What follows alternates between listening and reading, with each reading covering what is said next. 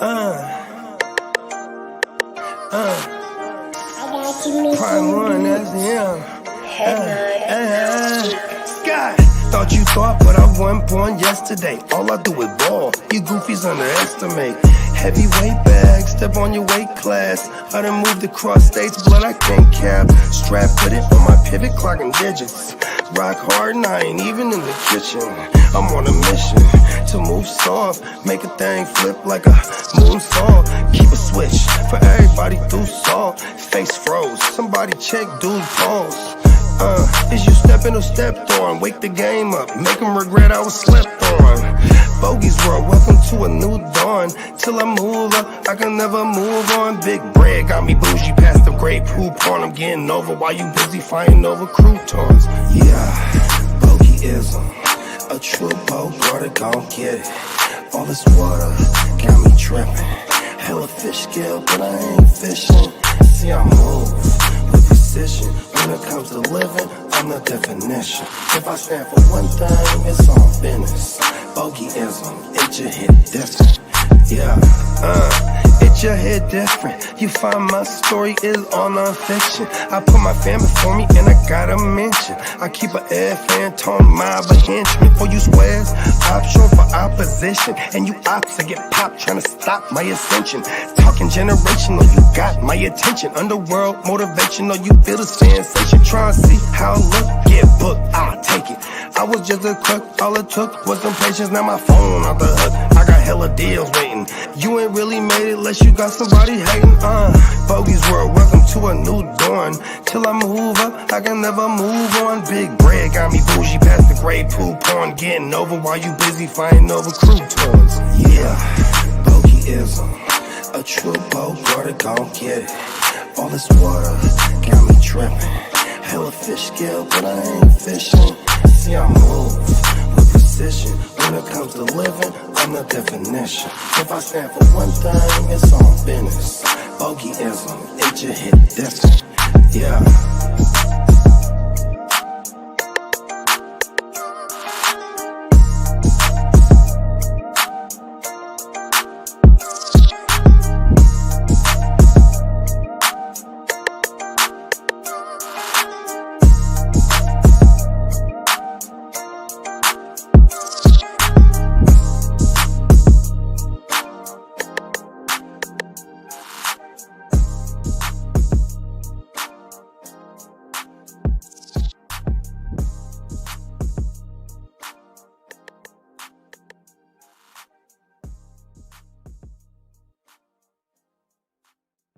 Are you ready?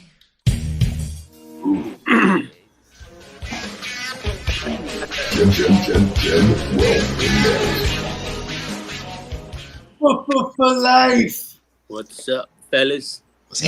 Tuned in live Episode. casting for another edition of Wait, your game. Come on now. I'm your host, Dr. Bogey, as along with me, my colleagues, Dr. Guccini, Dr. Ear to the Streets, Dr. Kitty-Cat, and Dr. Pika. Look at that, we're all doctors this time. And we got a producer in the house. It's Halloween this week. You know what I mean? Hell yeah. Really leaning into it. Ain't that right, Bones? You should call him Vagabond. Yeah, man, it's Snapper Bone. That's what we're calling him. Because, that's what happens when you go vegan. You know what I'm saying? Good morning, everybody, man. Top of the morning, everybody. Morning, Emil. Top of the meal. Yeah, man. Waiver wire week as usual. I know you got some news. You taking us to the streets this morning? Yep. What do?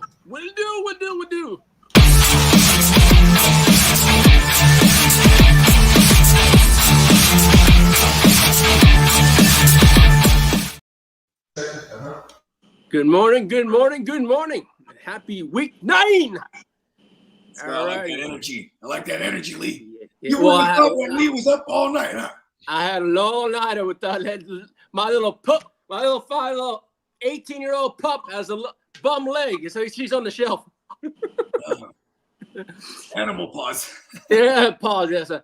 All right. Packers Matt LaFleur told reporters yesterday that there's a high level of concern for Jordan Love's groin injury. Yeah, but then I also read just this morning. I read this morning that he might only miss a game. Miss a game or so. Yeah. So there's not. Of course, there's a high level of concern, but maybe just for his availability this week. Exactly. And and then they're saying that Mike Williams expectations he's gonna be traded, and I hope it's not to my Chargers. They can send him to Peacock's Texans. That wouldn't be bad. I never saw that figure.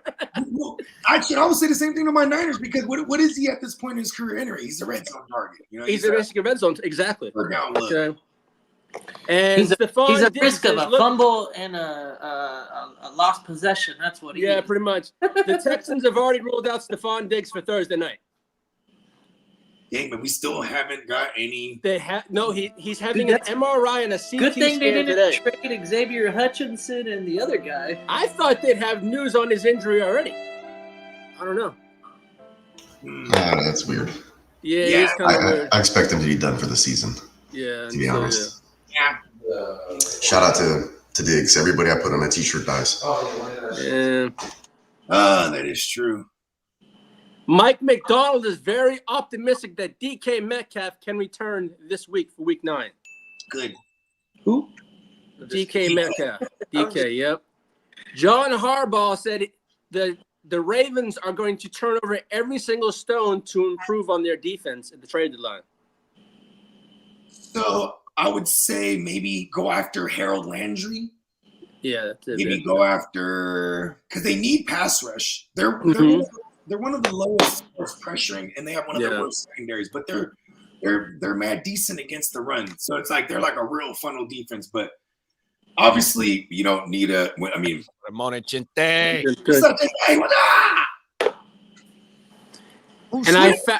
And I found out that the job that Ben Johnson wanted most last year, if he was going to go as a coach, and it was going to be the Chicago Bears. But that's why? the job. Wasn't available, you know. I know, but if it was open, that's the job he wanted most. Was the look at this quarterback. He get to handpick his quarterback for the next 10 years. Exactly. He wanted that job. Yeah. I mean, if it don't work out, they won't waste too much time with Eberflus. If it doesn't work out with their young QB, they'll move on. Bro, the game on Sunday is enough for him and his whole staff to get fired, bro. Exactly. That was a shit show at the end, man. Oh, bro, they had a player, number 29, talking to the fans, bro. Yeah, the video speaks for itself. After the game? No, during the last play. No, during the play. The play was going on, and he was still talking to the crowd. And then he runs over, tips the ball in the air, and and the ball tips it just for a ran in touchdown. someone's He's freaking like, hand. I'm so good. See, if he would have talked shit, then made the play, nobody would have said that. Oh, hell, exactly. He causes the tip that goes to fucking Noah Brown. Antonio Brown, bro. Noah Antonio. Listen, the Texans can't trade for. Since they didn't trade him away, They could trade for him, but I wouldn't. He's too injury prone. All right. Well, so we're technically a week away from the trade deadline. Exactly a week away. And the Patriots, the Chiefs yesterday picked up Josh Ouse from the Patriots for a 6th-round pick. That's decent. Yep. They need a depth at their pass rush, so I'm not mad at that. Now the Rams late last night said all pro wide receiver Cooper Kupp will not be traded prior to the trade deadline. The Steelers and other teams have inquired and reached out, and the Rams told them he is not available, period. End of story. So basically, he's being kept. Don't call no more. Don't call me no more. He's not going nowhere. Yep. And now Jaguars offensive lineman Brendan Schaaf and Cam Robinson are the 2 potential trade candidates to watch this week for the Jaguars. Yeah, and Sherry. I can't pronounce that name. I think. Or did he? I forget what happened, but yeah, they were. They didn't bring him back, and I don't think he was hurt. Yeah, and several teams have called the Browns for Za'Darius Smith. I guess that's another good one for. I guess they can't They wouldn't trade him to Baltimore. But yeah, Baltimore would love to have it. Zadarius Smith actually came from Baltimore. Yeah, and also Originally. several teams have reached out to Spencer Saints for Chase Young for a trade. I don't know why you want to trade for him. Just wait till they cut him, And the Titans have no interest in trading Jeffrey Simmons, despite his inquiries from other teams. Harold Landry, on the other hand, though. Yeah, but the Panthers are actually engaged with several teams for a trade for Deontay Johnson that could happen in the next few days. Come on, Texans, pick up the phone. Yep. And the Packers defensive end Preston Smith is expected to generate quite a bit of trade interest in the next few days. There you go. Go back. He can go back to the Ravens too. Yep.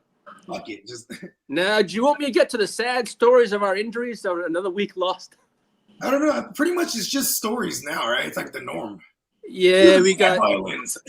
Yeah, you got the Christian Kirk who's out for the year. Now, Stephon Diggs, who possibly could be out for the year. We're waiting on the test results. Jordan Mason is looking at a Week 12 return. It was 11 that I read. Week 11, Week 12. Deebo Samuel maybe Week 10.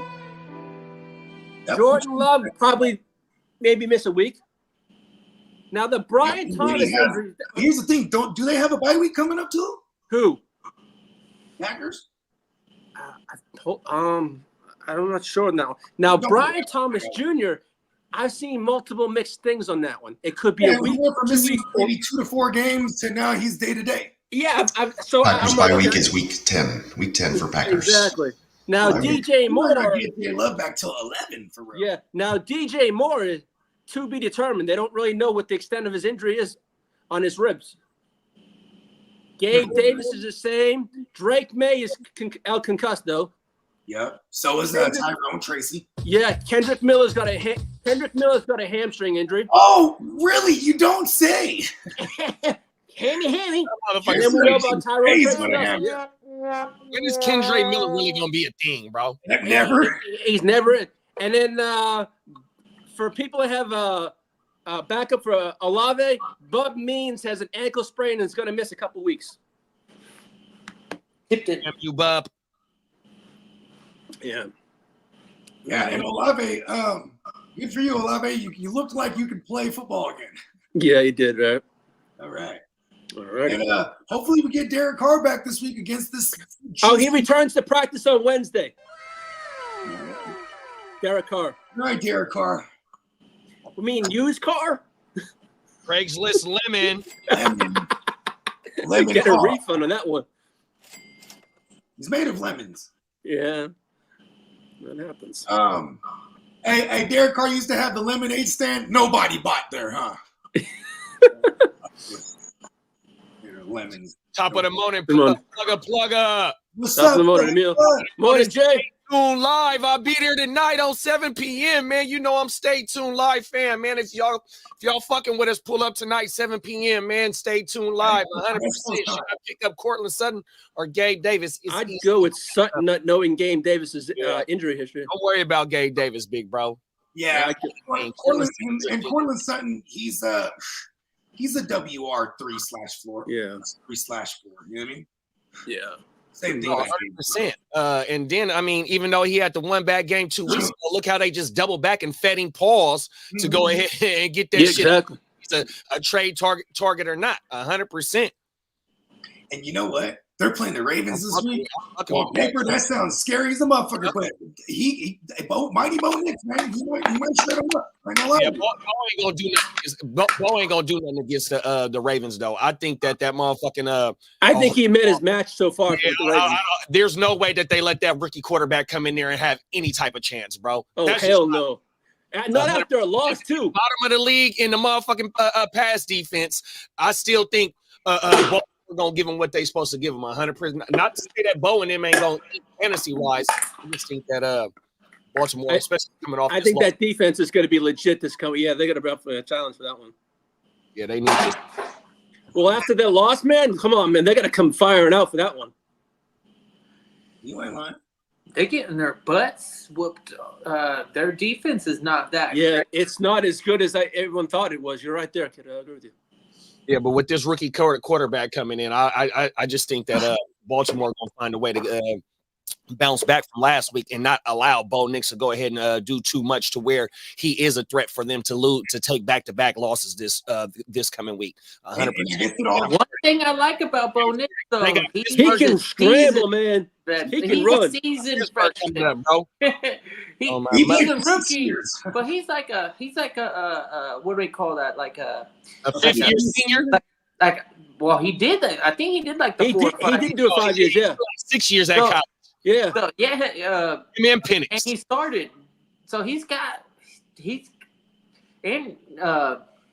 look what he's done with the squad especially the squad he has too. This is a test for him, though. It's going to be a test. It's going to be a lot for them this week. It's not his first. It's not. If I'm not mistaken, this ain't his first good defense that he's shown up against. I think you're right there. John Harbaugh. This is a good one. Yeah. Yeah, and like, for what it's worth, Bo Nix carries a good defense along with him. You know what I mean? And like, when you look at the defense that Lamar carries with him. Well, kid, he had Seattle the first week of the season. I just traded Bo Nix away. If Lamar and them get back on track like they should against this team, he's not going to be able to go point for them dudes, bro. They have one of the best offenses in the league. Oh, yeah, they do. But he went against three good defenses to start off the year. Baltimore, Seattle, Pittsburgh, and Tampa Bay. Not going to be able to keep up with them this week, bro. I tell you what, if they do, they're a true contender. 100%. No, the AFC better watch out if they can actually go toe to toe with Baltimore and maybe even pull out a win. That young man over there is doing some work.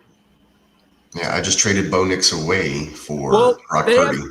They have Baltimore and Kansas City in back-to-back weeks. That's going to test their asses. So we're going to see if they really made us something. This is when we find out if they're a contender or pretenders. Exactly. And then shout out to I'm rooting for him. I don't give a fuck. I want to see him do well. Don't get me wrong. But when he plays my team, I hope he beat his ass again. See, that's the thing. That's why Emil led off the show with this question, because Bo Nix plays the bottom tier of the pass defense against the Ravens, and he got Jared Goff. But who Jared Goff got? I don't care who Jared Goff. I'm not sitting Jared Goff over Bo Nix this week. There's no way. Jared Goff, quarterback in the motherfucking league. He got a two-headed monster that take a lot of pressure off of him. 100%. There's no way I'm sitting Jared Goff over. Hell no, Bo not Nix when he's putting up MVP numbers. No, I wouldn't either. The Lions are playing the Packers this week. Speaking of that, because Matt LaFleur said he feels they're the best team in the league. Matt LaFleur said the Lions are the best team. Oh, yeah. Matt LaFleur has the best plucked eyebrows out of all the coaches. I thought Matt LaFleur was going to say that the Packers were the best team in the league. No, he says that. He's got the Lions, so he's going to say that. But yeah, the Lions, they definitely have shown up, and they've beat people up in every which way possible. Even last week, they score on special teams. They've scored on defense. Bro, they have offensive linemen got plays drawn up for them, bro. 100%. We see. Also, forgot to mention this, fellas. Smell's touchdown got called back, but another offensive lineman that scored this year, bro. 100%, man. The Lions ain't playing fair right now, bro. Listen, Dan Campbell, man, I love Dan Campbell, and I guarantee you every single person on that squad loves Dan Campbell at more than any Dan Campbell was to go on a killing spree. There would be a handful of people that would. that squad is good for Detroit, man. Yeah. They've been in that's a dire land out there in Detroit, but. And now they got a real squad to root for, and likable players and likable coaches. Shout out to the Lions, man. If Tampa Bay makes a deep run in the playoffs, there's a scenario where Chris Godwin could be back in the playoffs for a deep run. Plug don't help me.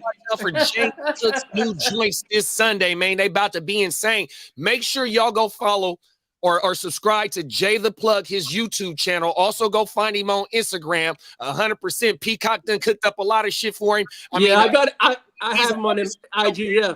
And go do yourself a favor. Go follow Jada Plug, bro. 100%, man. That motherfucker, he's a cold dude when it come to that artwork, just like Peacock, man. 100%, man. Oh my mama. Yeah, hell yeah. Stay tuned. Said start Quentin Johnson or Ray McLeod this week. Well, I'm gonna. What's the question? Is his Instagram 100%? It would be Quentin Johnston. Yeah. You know why I'm saying this though is because they're playing the Browns and like Quentin Johnston actually is he healthy right now? Yeah, he was out last week, but he should be back this week. And it's the matchup. It's because but Ray in the PPR, I feel like he has a solid floor, but I'm gonna go with the upside because that secondary's been giving up points. You know what I mean? Yeah, the Browns have.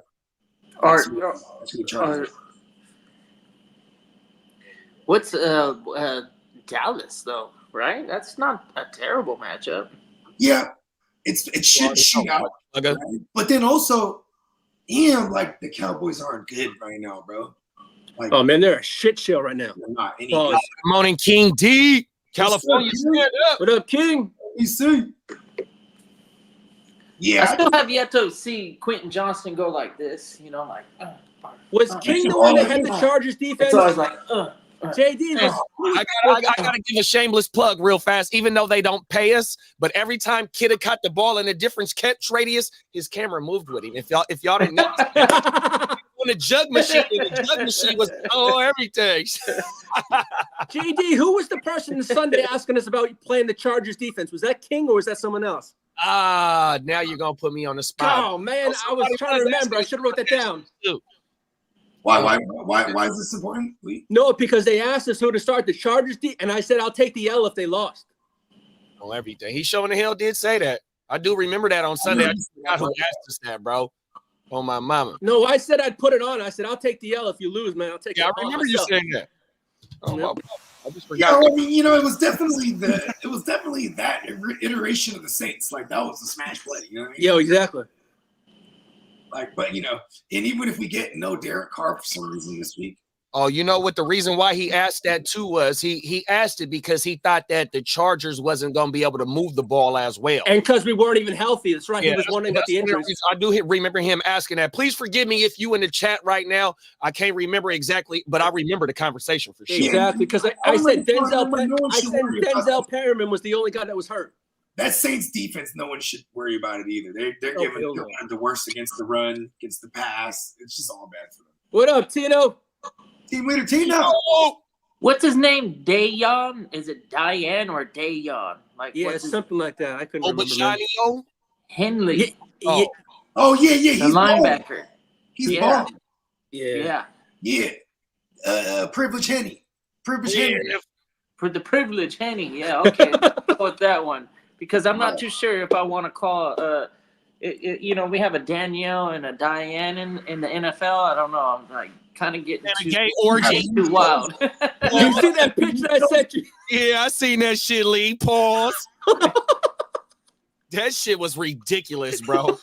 It's almost like it was made up, but it wasn't. Right.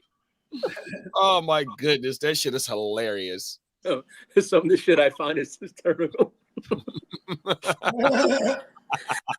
Oh my love. Now I got a thing this morning. The percentages to make the playoffs. They got the Chiefs at 99, Peacocks, Texans at 98, the Bills at 97, Pittsburgh at 90, Detroit at 88, Washington 81. Then we got the Vikings there at 72, the Eagles at 74, and we got the 49ers at 24%. But that division is wide open. Really top the Vikings though. That's the division that's wide open in NFC West. What, you got three teams at 4-4 and one at 3-4 at the Rams? Yep. Damn, Yeah, but wide open, man. I guess the division the champion is wide open, right? Because what do we got in the North? We got the 5-2s. Yeah. 7-1. 5-2. What is Green Bay? Green Bay have 3 losses or 2 losses? Oh, Green Bay. No. Green Bay is right now. I think they 5-2. They're okay. 6. You got okay, and the NFC. You got Kansas City undefeated, Houston 6-2, Pittsburgh 6-2, Buffalo 6-2, Denver 5-3, and then you go in the NFC. You got Detroit 6-2. In that thing, bro. Facts. You ain't lying. That's serious, yeah. You got to remember too, with Sean Payton, and then you got Christian McCaffrey back week 10. So yeah, it's wide everything open. that they had going on last year in Denver, they still went 7-9, bro. They put 70 points on them, then went on a 4-game win streak, then benched Russell Wilson and still finished 7-9, bro. Exactly, something right. I mean, and they didn't even have a quarterback last year. He sucked. Whoever they had there last year was straight trash. They do get to play the Chargers and the Raiders twice a year. That's cool. Well, it's almost like playing your Jets. Come on now, it's like playing your Jets.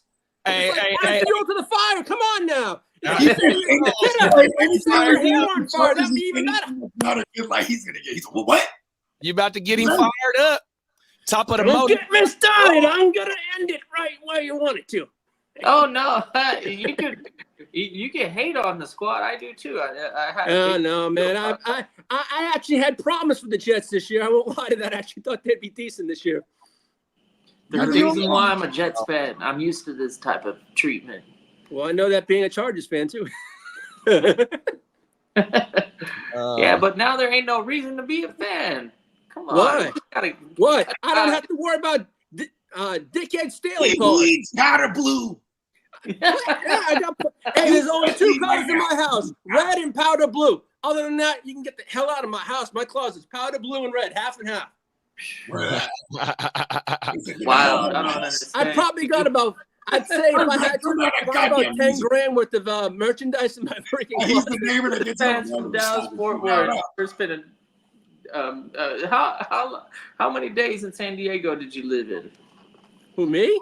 Yeah, did you ever live in San Diego? Nada. I had family that lived in Valley. No. Let me ask you that. So when was it when you were like, all right? He must like electricity.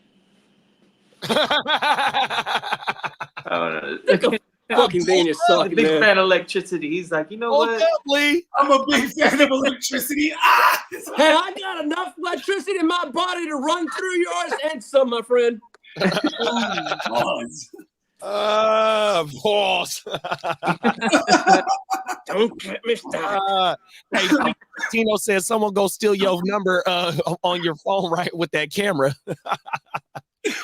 I like that shit, bro. Yeah, that shit was better. Top of the morning, Cap. Beautiful people. My 14 PPR league is cutthroat. Everybody is 6-2 or 5-3. Wow. False moving is back to the bottom. Them is fact. You know, hey, Tino, you can't see anything. The worst they can do is maybe read my my text messages. Maybe. There's no numbers on here. And it's fine. It's just a bunch of plug work.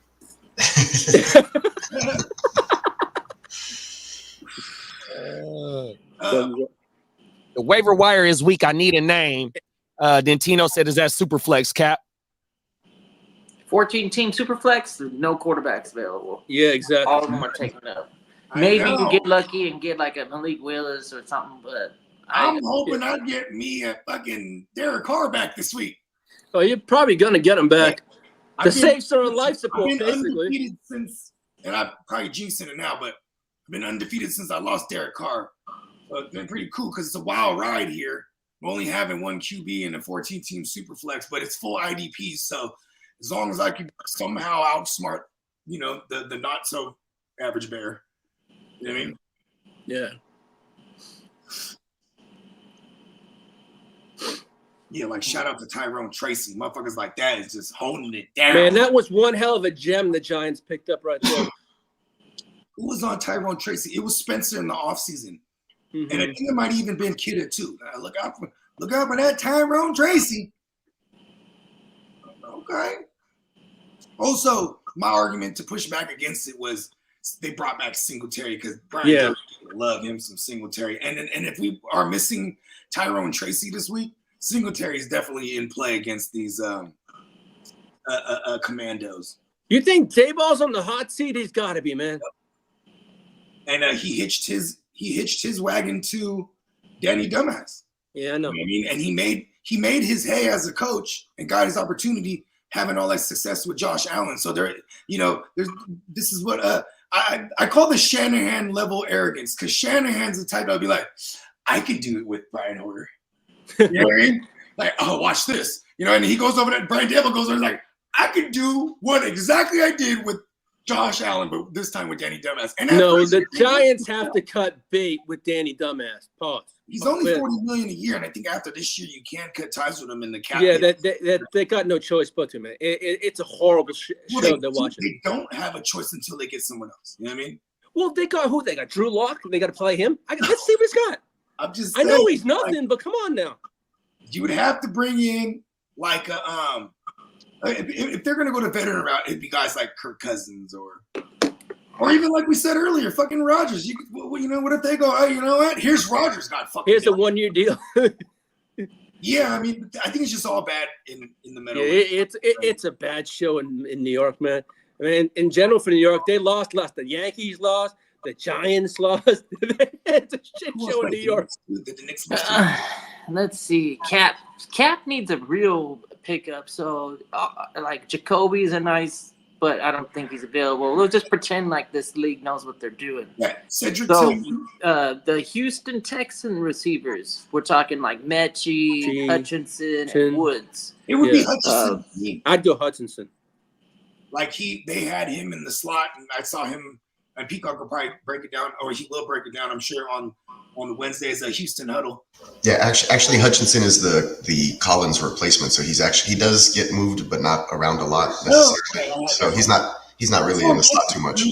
Yeah, John Mechie would be the slot guy, actually, if you think about it. That's why you didn't see him come up a lot when Nico was hurt or when Tank is out or whatever. John Mechie is usually the odd man out, but now that Diggs is hurt, I would assume that he is going to step up and get a lot more playing time.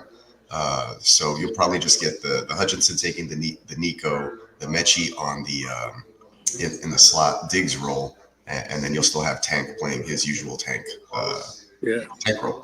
So and then we got Nico back next week, right? And then we'll get Nico back after.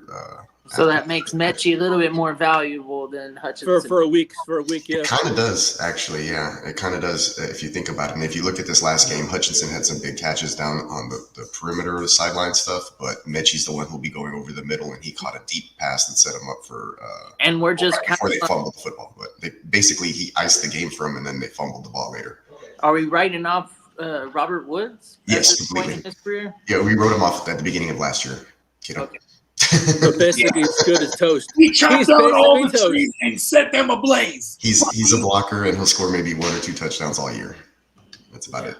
Yeah, and then there's the fact that line is not giving Stroud much time. Yeah, Mechie probably is the pickup versus the 2, right? Yeah, he may be just given the way that the line is. If they don't fix those issues, then he would probably be the hot read. I mean, it's just really tough to trust any of these pass catchers right now without the way the offensive line is. A decent amount of Stover, because I'm like, man, it's like Schultz should just be like a smash. Like if you combine them, they're a decent play. You know what I mean? Yeah, definitely. Yeah. They hit both tight ends a lot over the last 2 weeks. It's looking better for that position. They're able to move the football with these drives. I think if they continue to do that, it'll just help out the wide receivers. So definitely be looking to use the tight ends a little bit more. The Stovetopper. Stover's good. I have him on my taxi squad in a lot of leagues. I haven't elevated him just yet, but he's gonna be a thing there for CJ Stroud once the Dalton Schultz stuff disappears. Trade him back to the freaking Cowboys. King D said I was down by 8 points going against Steelers defense. I had TT 1 by 4. Now I'm in first place, 6-2. Shout out to King. Congratulations. Running the motherfucking league. Let's go. Go, King D. Drake said, what do you think of the trade I sent you and the nice guys? Who you talking to? Exactly. Jacoby is a permanent fix. I do like Jacoby a great deal because he was always good, and when even back in New England, they pretty much used him as a slot guy, but over here they're using him out wide, and it's the Ginsu. The Ginsu likes to throw outside the numbers, so we like that. That's because they got DJ Turner and Trey Tucker. DJ Turner been popping up a few lately on a few weeks too. And they go a great deal of 12 personnel because it keeps Brock Bowers on the field, and then you're really pretty much splitting a concentrated target market share between the receivers themselves because it's just Jacoby and then Trey Tucker and Turner. They rotate that other side. You know what I mean? Shout out to True Media. Let's go. You got all the snap counts and target market shares and stuff like that. And you know what? Like, as of right now on Yahoo right now, it says that said Tillman is only 19% on, but you know, I'm pretty sure that he shouldn't There you go. any leagues. For Tillman. 100%. And then Might be a waiver priority. facts. Them is facts. It say Josh Downs is 47%, so you're not getting Josh Downs. Josh Downs. Oh yeah, that's another one. Yeah, we like the Tillman. We like Oh shit! Did you Downs. see what they said? I forgot to bring this up there in the news. Even They little said like that they're not committed to saying that what's his name is the starter this week. Yeah, that's facts. Aaron. Yeah, he's done. Yo, Vex, I got it. Flacco? I just have to, I'm all set on that one. But thank you. we got Here's Flacco the as bro. a starter already. No, they haven't said it yet, but That motherfucker tapped out. So it's a big issue that he took himself out of the game because he was tired. Yeah, it was like a 3rd and 22 or something like that. He And was tired. for the last 2 days on the TV media, you know, the high powered, whatever you want to call it, motherfucking Yeah. TV shows, they all been lighting his ass up, bro. It was like a regular third and 6, and then he Oh, scrambled. Not anybody watching the team No, from he the scrambled TFL, backwards I 22 got yards. Jameis That's what it was. Error. Joe Flacco. Yeah. Error. Bro. I should probably just hold on to him. The way You know what I would quarterbacks do? go down. I would go in there with I would sit down error 5 with simple math equations in front of them, just like 2 + 2. Slide the paper in front of them. That motherfucker completion percentage is like 45% right now, bro. Yeah, That no. art that was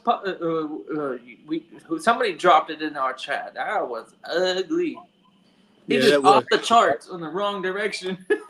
Oh, yeah, I dropped If that it in was an upside down league, he's Yeah. killing it.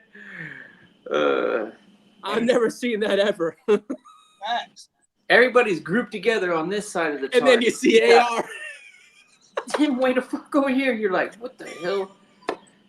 Man, they got to start Flacco, man. He's Top of the not. morning, Smitty. Yeah. Yeah, we got sometimes you draft a quarterback with the top And 5 pick. But he's not all but he's supposed to be.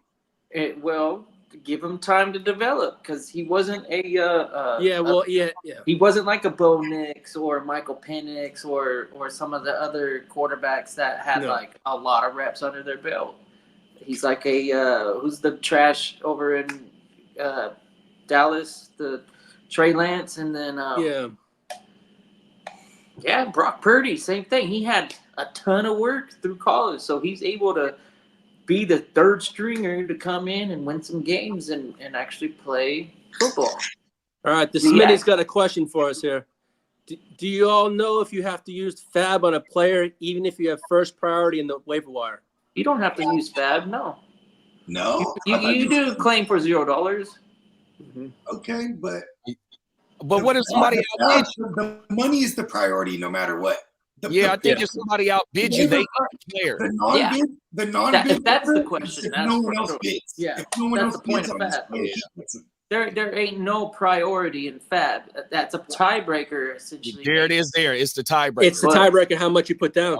But you're all like, if like when I was in the 32-man league and like Winston, Russell, and then I think like another quarterback were available, I'd put half of my FAB on Russ Wilson so I could get off of the Gotta be Spencer Rattler. I think Gardner Minshew was coming back, and then there was other quarterbacks available. But I spent half my FAB on that, and I won just barely by like $20. I spent like $250 in FAB, and I won by like $20. Hey, Smitty, if somebody in your league is watching, then don't put it. But if ain't nobody in your league watching, hopefully you shared this to your league members. But man, let us know what the player is, and we might be able to help you range how much you want to spend on that player. 100%. Yeah, and I would check and see how much your league mates have too. League mates. Yeah, check your league mates and see how much money they got too. Yeah, and then Cedric Tillman. Cedric Tillman, that's if we're talking receivers, that's the one I'm prioritizing. And then there's the cheaper alternative with Elijah Moore. Elijah Moore, Slick Rick, 100%. Parker Washington might be somebody that pops up due to the Kirk injury, 100%.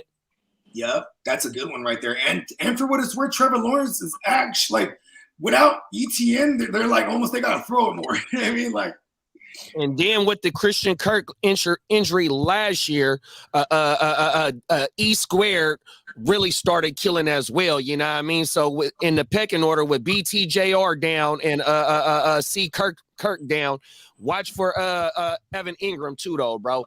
100%. I think Evan Ingram targets start to get a little bit more better, 100%. Even though I think he scored last week too, though he didn't have a real efficient game, but I think he got. I think Trevor Lawrence had his biggest game fantasy wise last week against Green Bay. Top of the morning, KJ said, "Who is the better flex start based off matchup? Said Tillman or Jalen McMillan full PPR." Ooh. Who do the Buccaneers have this week?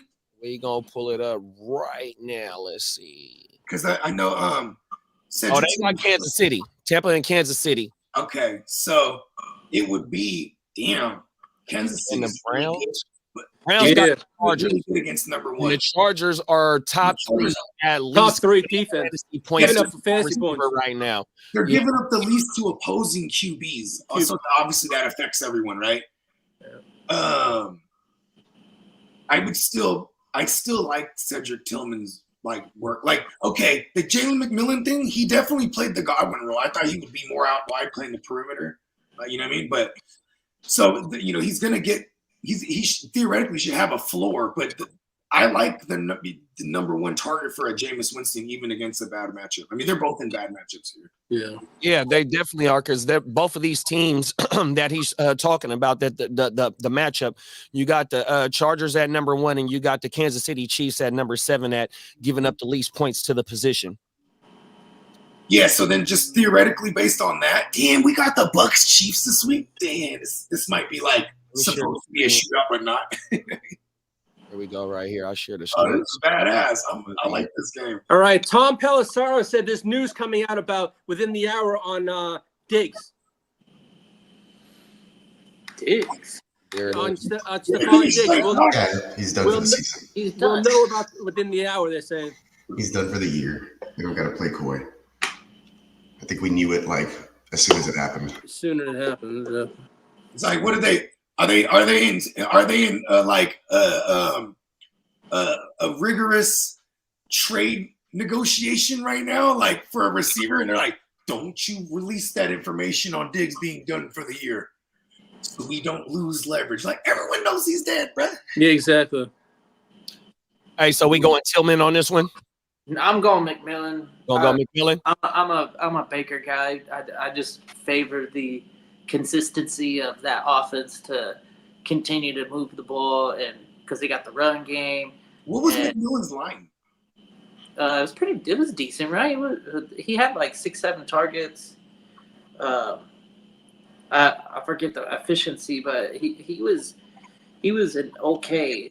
I'm gonna pull the shit up right now. I was gonna say, based on the matchup, them being the 7th best, and then Chargers being the 1st best, then McMillan probably to play, because that was his original question, who was the flex, So he had 7 targets, 4 receptions for 52 yards. He didn't get the touchdown, but it was 5 touches total. They even made a point to give him a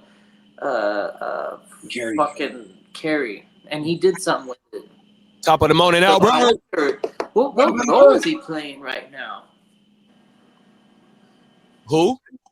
He's their F receiver. So if they're pushing him in motion, then they can get kind of creative, especially now that defenses know that they have to prioritize up in the middle of the field. Then maybe they could get tricky in there and then have a steam route, and then Kansas City been giving a booty to tight ends this year too on defense. If you look for, and apparently the last couple weeks, secondary options at receiver have been doing their thing too, because that their sensational rookie corner went down, and now McDuff is like their best thing back there as far as corners. I ain't gonna lie. As a Chargers fan, I did not see us being one of the best defenses this year. I thought it would be. I didn't really play no one, bro. Come on.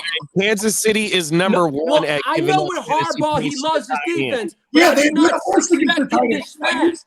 Tampa Bay's not bad. Tampa Bay's not good either. So this They're number one, bro, on everything. They giving up the Winchell's. Hey, I might have 2 great weeks, bro, of a tight end one this week, bro. let's go, Kate Otten. Let's get it. Yeah. And He carried me in a couple of leagues last week. Booty to Kelsey too, because the matchup says it. You know what I mean? Come on now. Everything right there, y'all. Y'all can see the shit on the screen. And then Smitty says, so he dropped the name of the player that he want to put some money on. He says, I have Purdy on a bye and I have May as backup, but he's in concussion May's not going to play protocol. this week, probably. Hey, so he said he's trying to get Stafford off the wire, y'all. How much money should he put on? Well, how much money is how much money you got? I would drop 50 to 60%. I would drop about 60%. Well, there's only theoretically, there's only 2 people in the league that need QBs right now, because there's so if someone has Russ and someone has, and then he has the Brock, so you might only need to look at how much money that motherfucker got. You know what I mean? Yeah, exactly. But also, people that are rocking with shitty QBs, they might go in too for Stafford. So, and Stafford in games with Puka and Cup. He's got a fully healthy squad now. Yeah, he's got to be He good. averages 25 points. He averages 25 points. Hey, Smitty, you got to go look and see how much money the rest of your league mates got, because if you only got $80 left, you might have to try and bust a trade to get some more fab right now, if y'all can trade fab. Because in one of my leagues, I can trade for fab. You know, you can add fab into the trade. So you might have to fab to outbid your league mates. So what he could do that, but he's got Winston and Bo Nix out there too. So Well, I'm trying to get. I would prioritize Stafford, but if you don't get Stafford, I would go with Jameson on the other guys. And I would go Jameson just because he's going to throw it a ton. You know what I mean? Yeah, if you want to save some of your or not trade for that, they still stack the box all over Chubb, bro. Do we like Stafford rest of the season over Brock? Yep. Yeah. Okay. Yeah, that's a good idea. He is running. The Brock is running. So that's because he's forced to run. Hey, he got to make them plays. When you got Puka and Cup and Robinson, who scored 2 TDs, Tutu Atwell showed up on the fucking what's his name? Kyrie coming out of the backfield. Pause. Yeah, the motherfuckers over there in LA, like, it's a league, and I don't want to say the league because some of y'all in the league, but Stafford on the wire in the super flex, and I got the number 1 waiver priority, and I'm gonna have to put in for him because my 2 quarterbacks is trash. So I'm in the same thing where Smitty is, so I know what you're talking about right now, Smitty. I ain't gonna lie. Yeah. Gucci is definitely, you know, he's a gang member, like myself, right? But he had them winning this division because of the weaponry they got when they're fully healthy. And 100%. Stafford definitely averages 25 to 28 even with them in the lineup. You know what I'm saying? That's when you look at how they closed out the last 6 games of the year last year when they had the full complement. And look what they did with both of them dudes back in multiple weeks lost. It seemed like they didn't miss a beat, even though Cooper Kupp didn't really get heavily targeted like how Puka. They activated Puka. He had 1 day of practice and he was back in the mix. Yeah, he was. Yeah. Come on, for real, bro. That shit crazy. Yeah, and for Kupp, they ramped him up. The age is the thing, right? And when you go back to Puka last year, bro, he didn't practice a full week at all last year until they got to the playoffs. He was always like, Puka's not practicing, but he's going to play. Now, you know, and then I learned that, Sean McVay doesn't lie like Shanahan does. You know what I mean? Yeah, that's Shanahan true. just straight up lie. Hey, we're going to tell you what you want to know. We're going to tell you what you need to know, not what you want to know. Exactly. Sorry, I was setting a graphic ad, doing some work back there, so I was a little quiet. If you guys prompted me for some drops, I might have missed them because I was doing. No, that's all good.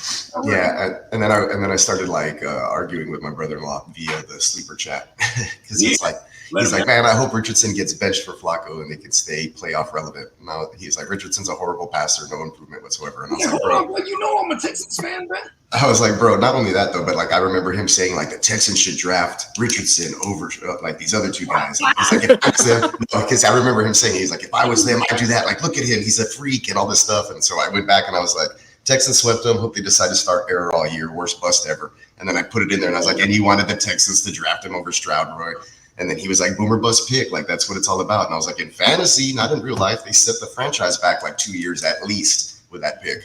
You know what I'm saying? Yeah, exactly. And then he's like, I would consider Mahomes a boomer bust pick. And I was like, bro, hell no. Nobody was saying that about Mahomes when he got drafted coming in. You're crazy. You know what though, bro? The Colts organization have prioritized, since they have drafted Richardson, to have an OG behind him. That shows that they wasn't already, you know what I mean? They was 50. Boy, he's a fucking project. That's why they got the OGs the last 2 years, and they've been in the mix of winning, but yet he's holding them back because they still got to put the young bull in there because they took him top, whatever they took him top 10. I got him in the beginning of his career, the tuna fish. Bro, this is what I would do with Richardson. Kid, they're open even if they don't look open, man. He told them that straight up.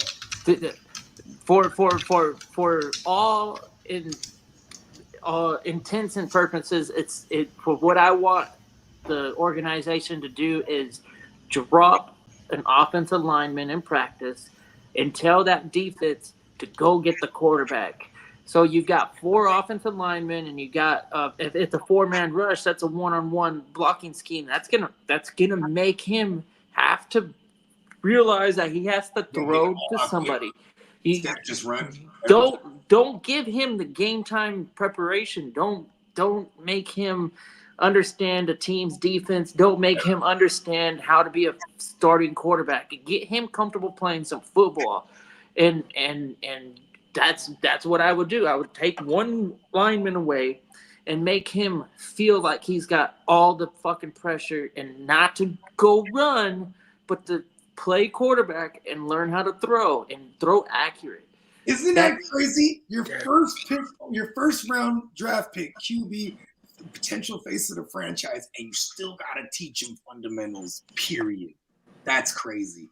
And like going back to listen, I was kind of hating on Stroud only because I was like, man, them Ohio QBs for some reason just have a bad go at it in the NFL. But I said I still like Stroud better than Error 5. Way before I even knew he was Error 5. He was still AR. Yeah. Because goddamn, he gave me mad Trey Lance vibes. I mean, he only started but like 3 more games than Trey Lance coming out of college. Yeah. Chase has got a question. Stafford or Geno this week? And they both got each other. You know where I'm at. Stafford for me. Man, the Seahawks got one of the worst secondaries right now. It's kind of crazy because even Witherspoon isn't really like erasing people. You know what I mean? Mm-hmm. It was like a huge weight was lifted off of McVay. McVay looked so happy to have all his weapons back. And because he can do his thing. Use his playbook the way he wants to, and not have all these questions. Stafford, we already talked about last night. We talked about Stafford being I think we verified that he's a smart guy.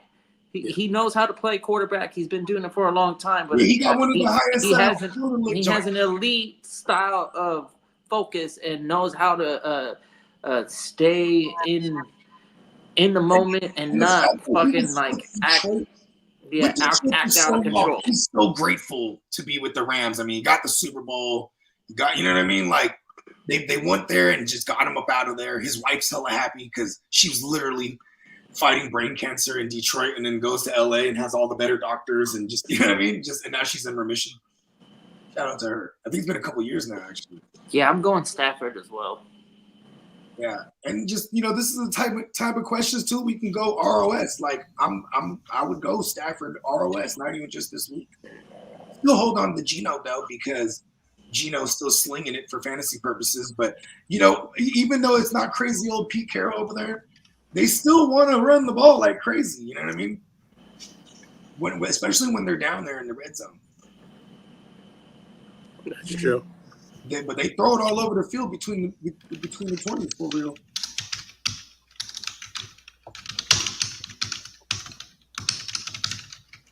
So, as far as receivers go, though, right? Back to the waivers. It's Tillman. In no particular order, do as you may, right? Tillman, Parker Washington. Who else did we mention? If Romeo Dobbs is floating around, you know what I mean? Elijah Moore. Who else? What, for receivers? Yeah. We pretty much covered all of them. Who else? I feel like we're missing somebody. Yeah, not Hutchinson, but the other cat. Ben Mechie. There you go. That's a good one. Mechie. Yeah. Yeah, and still take a dark photo here. If you happen to have, a Debo or who else on a bye week this week, or George Pickens or something, and you're looking for a streaming option, I still might even throw in on a Hutchinson if I can't get any of those guys. You know what I mean? Just still trying to attach myself to, one of the better offenses. You know what I mean? I'm pretty sure. What about Parker Washington? Yeah, that was the second name I brought up. Yeah, my bad. Yeah, okay, running backs. What y'all got for me? Oh, running back. Kind of dry. If Garindo is out there, go get him. That's another. Might be able to fire him up week 10. Yeah, true. Yeah.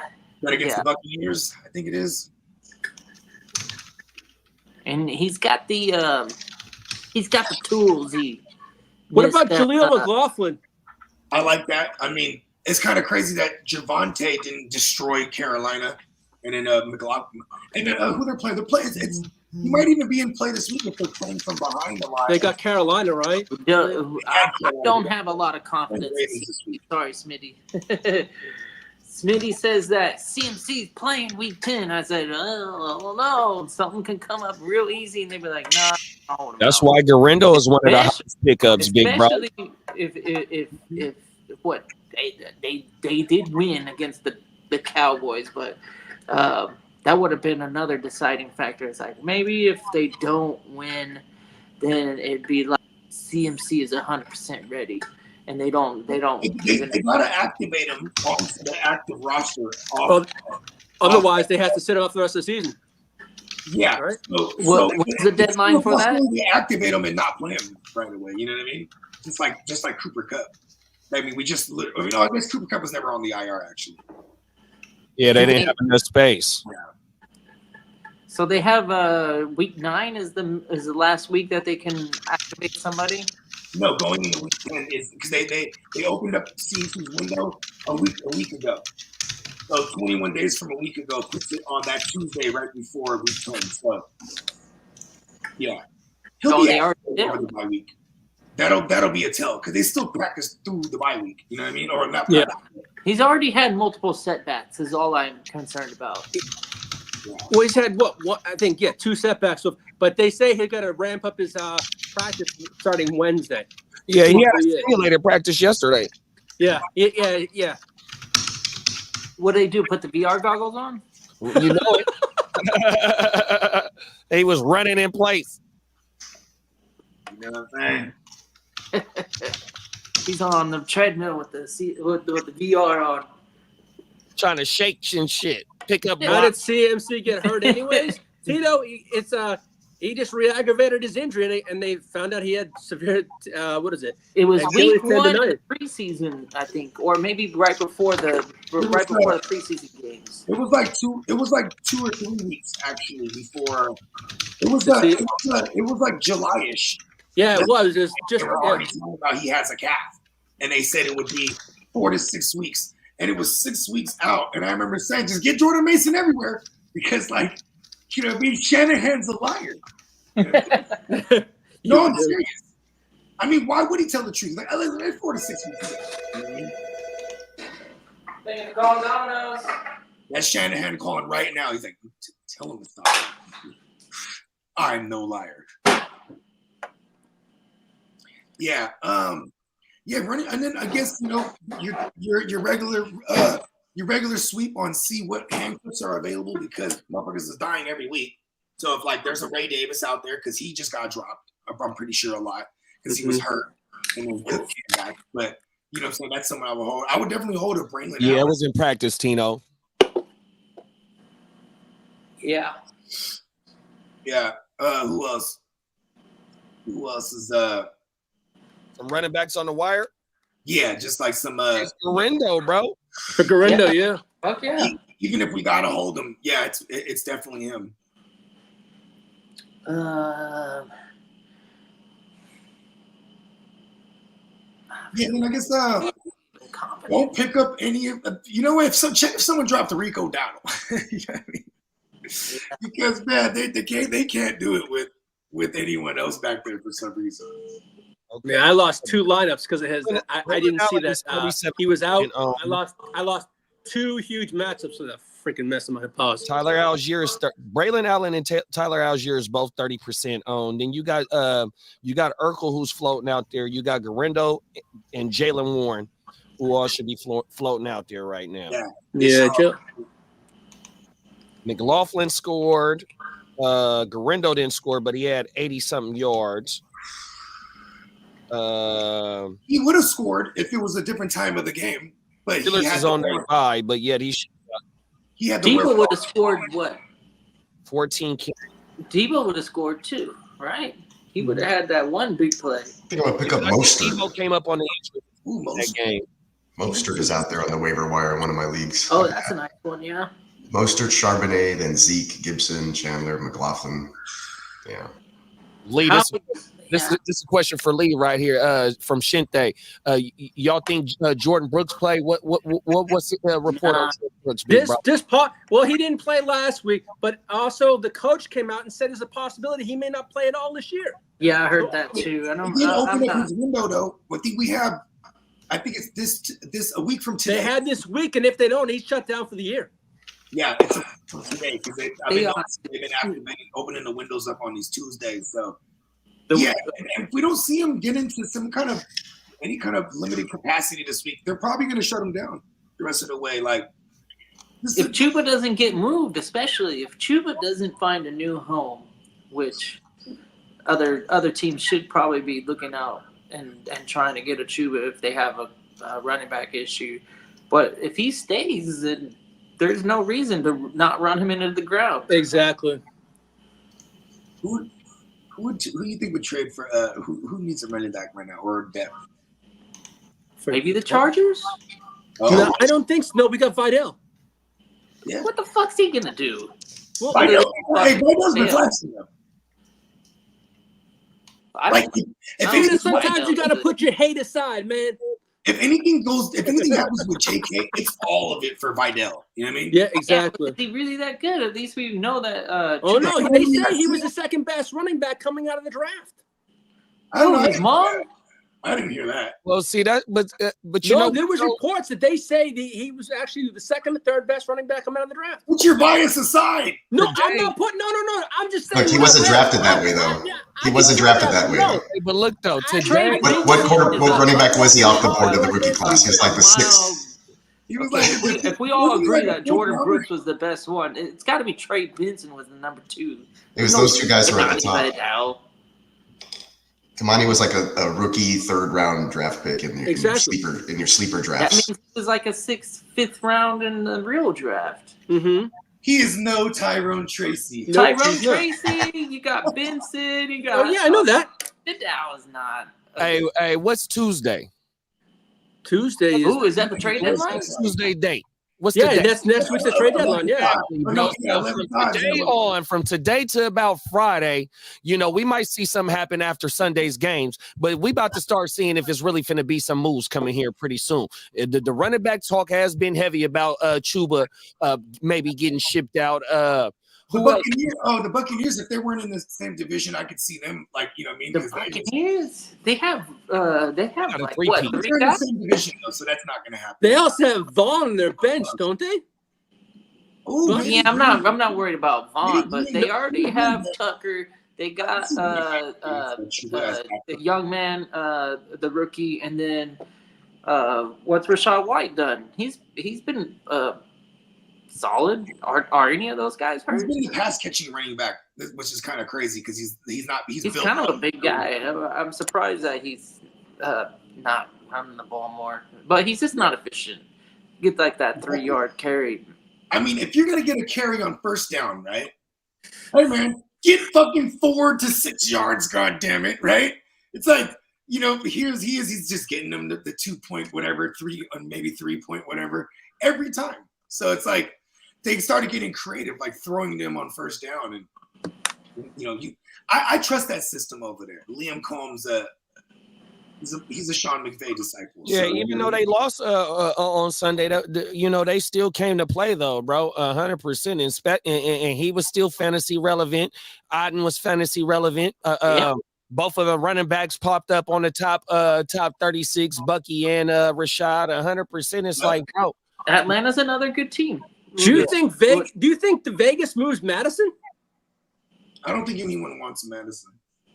yeah, I think they'll run it out with him. I think they would knock on the door and start hitting up Carolina about Chuba Hubbard before they would. But will the Jaguars move Dearness Johnson? I mean, who What? wants Dearness Johnson? What's that? They're the like, Jaguars what do we? Hey, I'm just throwing names out Will there. the Jaguars move Travis Etienne is the question. Yeah, that's the big question. That's the one that's been like more, not just a rumor. They've been like shopped. That's why They've been shopping him. hurt right now. You know what I mean? They're kind of just they're shopping him for now. Well, the Browns could shop what's his name? Foreman, right? They got who they got there? I think Chubb is on a team-friendly deal. Yeah. Ooh, because they are a 2-win team, and But I don't think they're gonna move Chubb because I think he's a fan favorite there, so I don't think He's they'll- an old man. I know he's but He's really, an old what he man. This is what the organization, coming off. the Browns need to do is If offload a If Chubb. they did, what could they get for Chubb? If they get a third or a fourth, Yeah, they're they might get happy.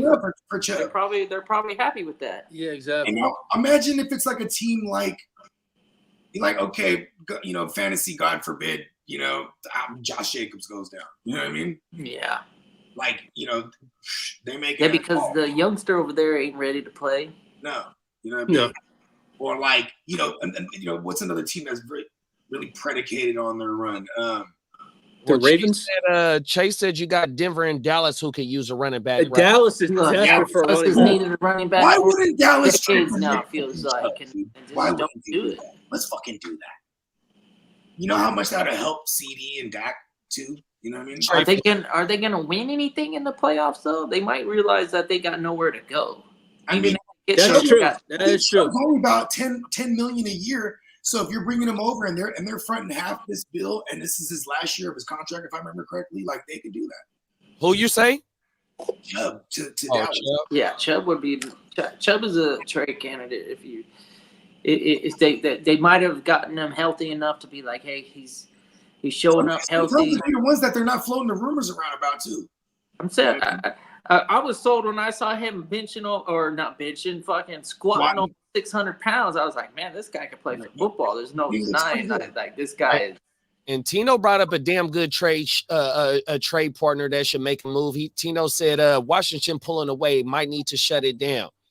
Should they? Does that mean they should go get somebody? Washington. Well, I think he's saying the Cowboys should shut it down. All right, Nick Chubb's a free agent next year. They're on the hook for $1 million this year. See, Oh shit! Yeah, It's a cheap ass bucket got a lot of, right he there. got all his guarantees already. And he can get a 3-year, like if they could get a third or fourth round It was a off of 3-year deal, nothing. and this year they're only paying him $1,125,000, and he's a free agent next year. Damn.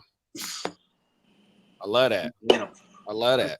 Trade Chubb to an actual contender and give him a Super Bowl, like maybe KC. I don't know. Oh, yeah.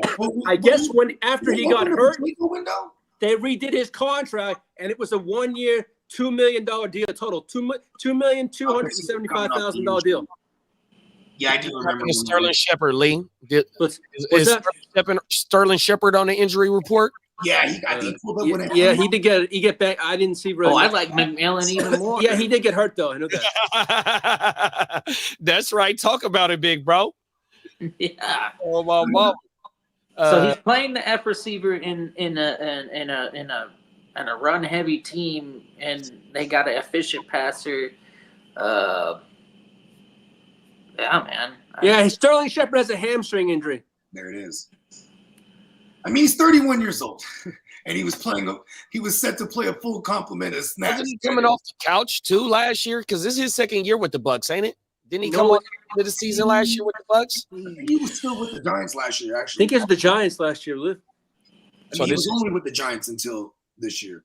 It's hard to say because I don't know how much work Sterling Shepard got because Darius Slayton's been over there for a little while, and that's usually like they're almost like clones. Yeah, he was Eli Slayton Day. and Shepard were like doing the same thing, but Slayton's got the young. I remember when he came out of Oklahoma, he was a real thing coming out of Oklahoma. But once he got to the Giants, it wasn't like, you know what I mean? It wasn't what it really was. It was kind of funny though, because OBJ went down that year. Pause.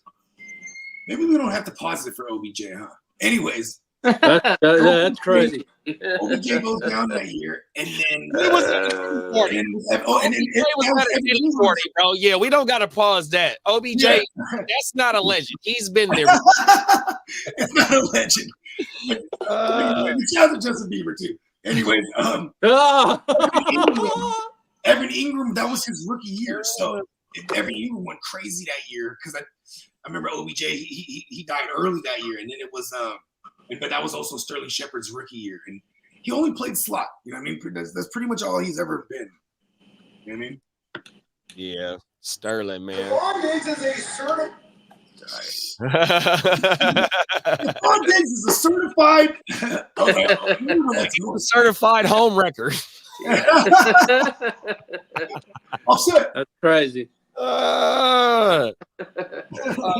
Hey, bro. Shout out to Diggs, man. Hey, get well fast, brother. I had one fantasy team where I went, okay, I gotta get all of them, and Tank Dell hasn't done shit, and then the other two, they really kind of like died on me. Like at this moment, I'm like, oh, God. Hey, you know what? Never am I gonna have this grand idea. No, I'm still about the same gang. I have some Puka Cup teams that were really shitting on me, but now I'm like, okay, here we go. I was pissed because it was Johnny Mittens. It was you, Johnny, who took Mixon right before me when I was like, man, he took Mixon. It's like, he must have caught on. He knew exactly what I was going for. See, he was like, I didn't even notice until you said something. And I looked at your squad and I was like, oh, he's going for the whole squad. I was going for CJ Stroud, Mixon, Nico, Diggs, Dell. The Coker, he's a low-key pickup this week because if they are going to trade Deontay Johnson, because they literally said, first of all, Deontay Johnson is all kind of banged up. Yeah, he's out of there. Yes, and then they literally said they're holding out. Because if he gets traded to the Texans and then you get Nico Collins back, like all of a sudden we're all game then. Man, as of right now, the draft order to be Carolina, Tennessee, New England, the Jets, and Jacksonville, top 5. And Bryce Young's gone, bro. Like they're gonna draft another. Oh, for sure, yeah. Hey, we got a damn good trade question here, bro. This is shout out to Numa. Hey, Numa, like the old school. Shout out to you, big bro, for pulling up on us. Top of the morning to you. That's a new name, dude. Too. I've never seen that name in it. Yeah, bro. I know exactly where it's from. Come on now.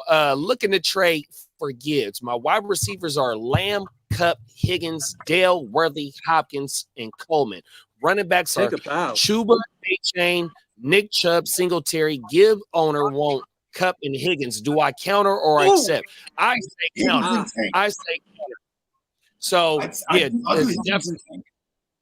So I'm glad that you said that, Bogey, because either I'm gonna keep Tank or I'm a shipping just based on I got the leverage of the Diggs. We just talked about the Diggs. We got one more week before what's my boy name? Nico come back. So you got leverage right there, but I want to go ahead and keep my share of Cup. So other than that, and Brell only won't What did it say he wanted? And Higgins and Tank still got He only Bibles. want two receivers, and Higgins, And Higgins is not even hardly playing. On everything. So here's the thing. They need Higgins back because for some reason when Higgins is not on the field, they're not that good. Exactly. At least Joe Burrow. And Bruss said he's 6-2 in third place. So is we giving up Cooper Kupp and we gonna keep Tank and he accept it, or should he go ahead and counter? I'd counter. This is damn Counter. I'd counter. Yeah, do Hopkins. Maybe. So I'm going to send Hopkins and Tank first. See if I can keep the Higgins, and then I'll trickle down to the Tank Higgins. Mind you, I don't want to get rid of any of those guys except for Hopkins, really, because then I'm okay. Like if I'm wrong about Hopkins, right? Well, I give up Worthy too, but Brian ain't taking Worthy. That's right. I don't think Worthy's not gonna get thrown in. And I love keeping Keon Coleman, so I don't mind losing Kupp or Dale, but I understand that Kupp. We already know what it is. Dale about to walk into a role for the rest of the season with tied to CJ. You know what I mean? They front runners in their division, and his fantasy production about to have an uptick. So I really want to smash this right now, just based on his running backs. He'll have A-Chain and Gibbs that can boom. Gibbs and A-Chain the rest of the way. Because that would be a hell of a running back room for the rest of the way. So I might want to smash the Kupp and the fucking what is it? Kupp and who? Kupp and Higgins, because I don't mind losing Higgins, but like I said, with the production of Cooper and Tank going forward, it is a little bit of a loss. But I have one or the other to push forward and enter that slot in. My only argument to that is if he starts 3 wide receivers. Yeah, and put it in the chat. If you start 3 wide receivers, then we're getting a little bit too tricky and trying to win these matchups with the Worthy, Hopkins, and Colemans. If we make Lamb and Dell are our guys. Hey, Coleman might be a good sell high. You ain't lying. Yeah, that could be true too. I just like the wants Higgins. I'll let him have the Higgins. I don't want to come off a cut though. Yeah, I'm fine with coming off of Higgins because his availability is right there. So when you counter, my bad, kiddo. I was gonna suggest Higgins and Hopkins be the offer that you counter with, and I would rather do what Bogey said, do the Dale and Hopkins, but I think since he's already targeting Higgins, and we want to counter with stuff that he is interested in, so we don't lose focus on the actual in game. Because we want Gibbs. Yeah, we want Gibbs. We definitely want Gibbs. Keep your eyes on the prize. Yeah, them is facts. We don't want to annoy somebody. Keep Higgins in the trade, bro. Matter of fact, offer a 3-for-1. Fuck it. Put Worthy, Hopkins, and Higgins. Fuck it. Give them all pieces to Mahomes, you know what I mean? Because you're gonna have Lamb, Cooper Kupp, and Tank Dale, and if you can start 3 wide receivers, you're gonna be straight, bro. That's a damn smart move, JD. If you don't want to give up Worthy, Hopkins, and Higgins. Fuck it. See if he'll take. Worthy's basically a gadget play guy, man. He's saying Kupp needs to be in this trade. What? Well, then, 1-for-1. Or take out Higgins and put Worthy in there. Hey, you know what, bro? If do Kupp and Worthy to get Gibbs. If it has to be that, I'm comfortable smashing the accept right now. Fuck it. Fuck Higgins. Fuck Kupp, because like I said, in my opinion, I feel that Tank Dell is stepping into a role, forced into a role with Diggs being gone for the rest of the season. He's going to have to produce. Tied role, even though Cooper Kupp tied to Stafford the whole offensive system, we understand that. But that production ain't going to be too far with you losing that to bring in Gibbs. Yeah, and the Tank is a selling point. Like, I might even go, because here's the thing. I might even counter first, like I said, with the Hopkins. Because let's just see how he feels. Like, here's Higgins and Hopkins. Yeah, but Bruh says Kupp has to be in the deal. Oh, he needs to be in the trade. Hey, Kupp straight up. Then Kupp that's what I think too. Then be like, because you start there and then see what he counters with. If it ain't a Higgins and it's like a Worthy, then go ahead and do it. Yeah, it's excellent. Hey, baby. Because I don't think Cup is going to the Chiefs. However much we No, Cup ain't going anywhere. That. The Rams feel like they are in You it. want Cup to the Buccaneers, if anything, now, bro. Yeah.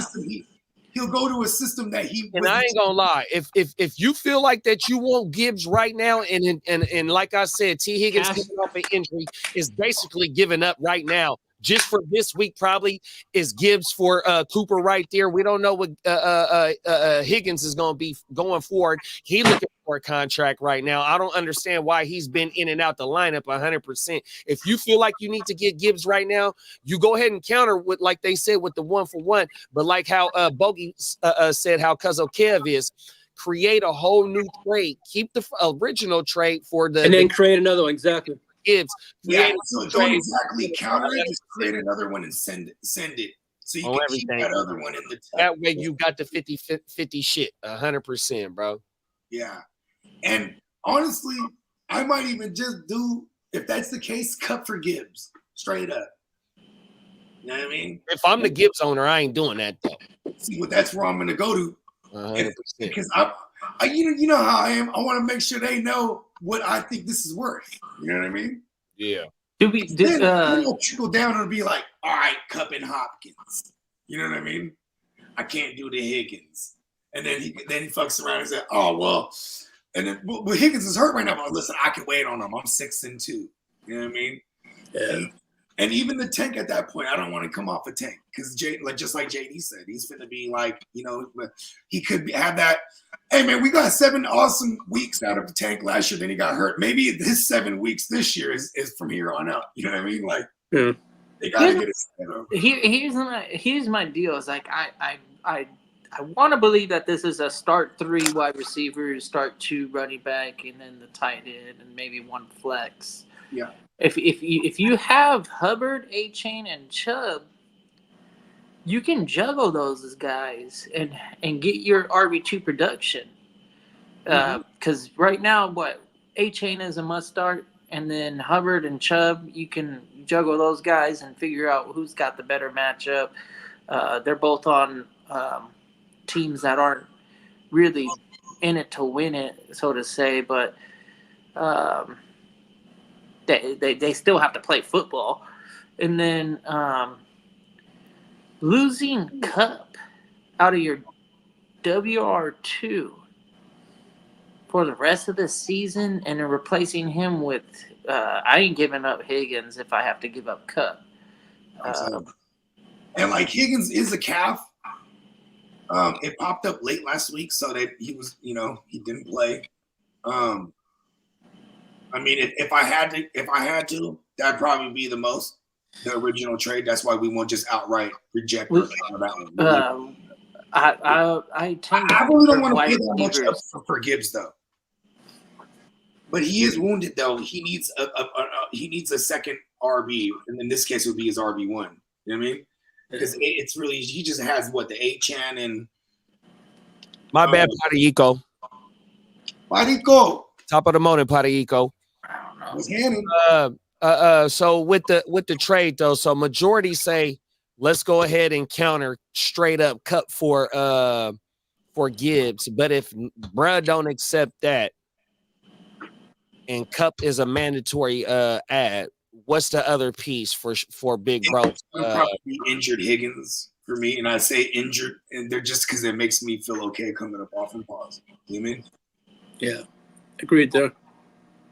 I would maybe go Worthy, but I mean he's already asked for Higgins and Cup, so you would be able to get the deal done with them. Yeah, and that's why we'll leave that offer up, and we'll send another one on the side instead of just. There you go.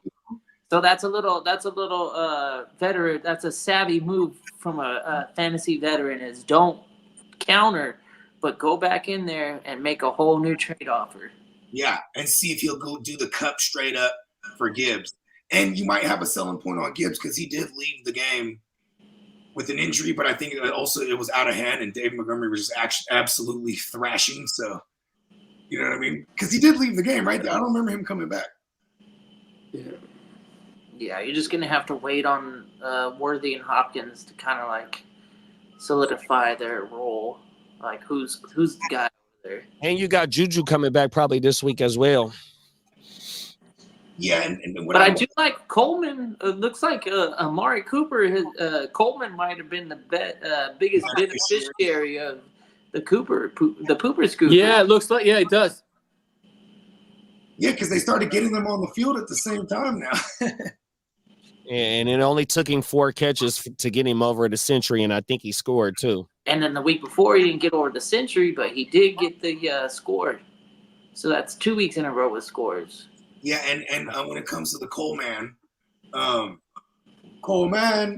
he definitely benefited off of a really bad Seattle secondary. They give it up. You know what I mean? Yeah. It's kind of cool. After 8 weeks, we know exactly who to follow around. Like last week, Cedric Tillman, Jameis Winston, all that was smash. He was like, yeah, start them all. You know what I mean? I didn't think of Elijah Moore though, so they got me on there. For anyone who started Elijah Moore last week, stand up. Hey, here's the one for you. The Chargers are considering trading Josh Palmer at the trade deadline. Are they freaking stupid? No, y'all don't need him. He ain't doing shit. Fuck him. But who wants him? Yeah, I mean, I don't know who'd want him, but I don't know. Sometimes it's Herb's go-to guy. I mean, But it looks like it's a lot. It's a lot. The laddie's finally shown up. So yeah, Palmer's Hey, basically. did Jim Harbaugh compare him to Steve Smith? For the Yeah, I lot. didn't see that. I was like, okay, I'm not mad at that. Parico.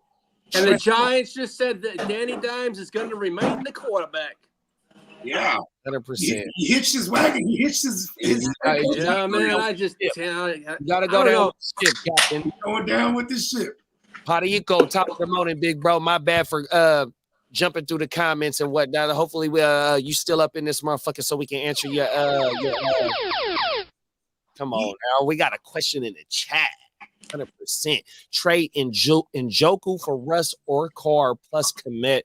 Superflex league. Other current tight end is is Ferguson, and QBs are Jaden Daniels, Era 5, and Jameis Winston.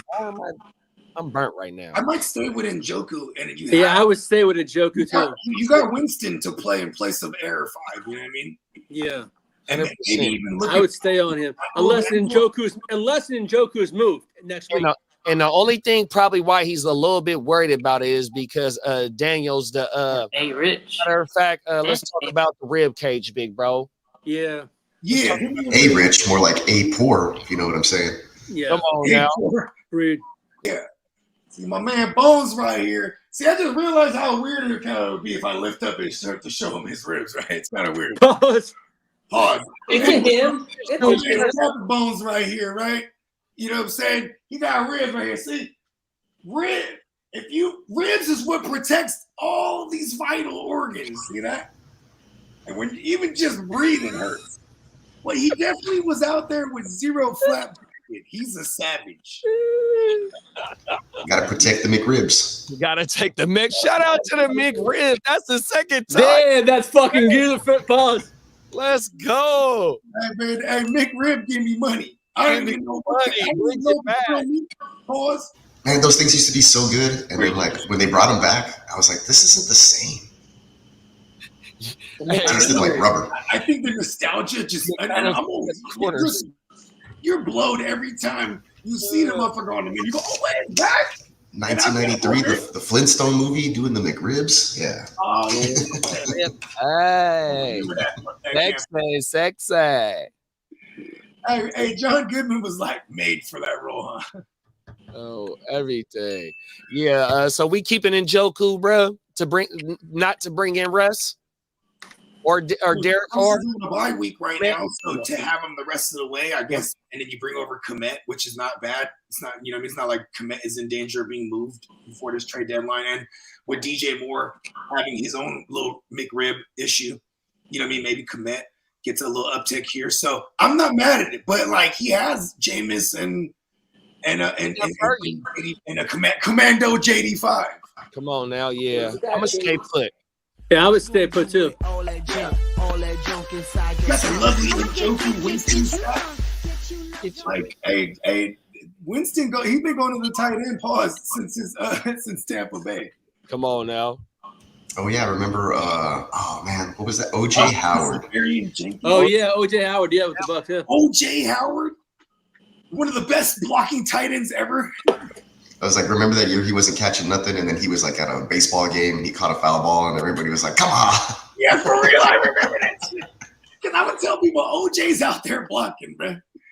And it was like Cam Brate was like because they were always going heavy 12 personnel too, because that just didn't. They only really had Mike Evans and then even young Chris Godwin. They used to move him out wide. You know what I mean? You're like, oh, we can put him in the slot. It wasn't until Bruce Arians got there. I was like, man, let me show y'all how it's done. You know what I mean? Come on now. Shout out to Bruce, Uncle Bruce. Bruce. With that motherfucking Kango on. Right? Mm-hmm. And look here, Jack. Young blood. Let me say something to you, young blood. Yeah, he talked like that for real though. Yeah, sit down. Listen with your motherfucking ears and not with your mouth. Mm-hmm. Remember they gave him shit because he smacked one of the players in the helmet for fucking up.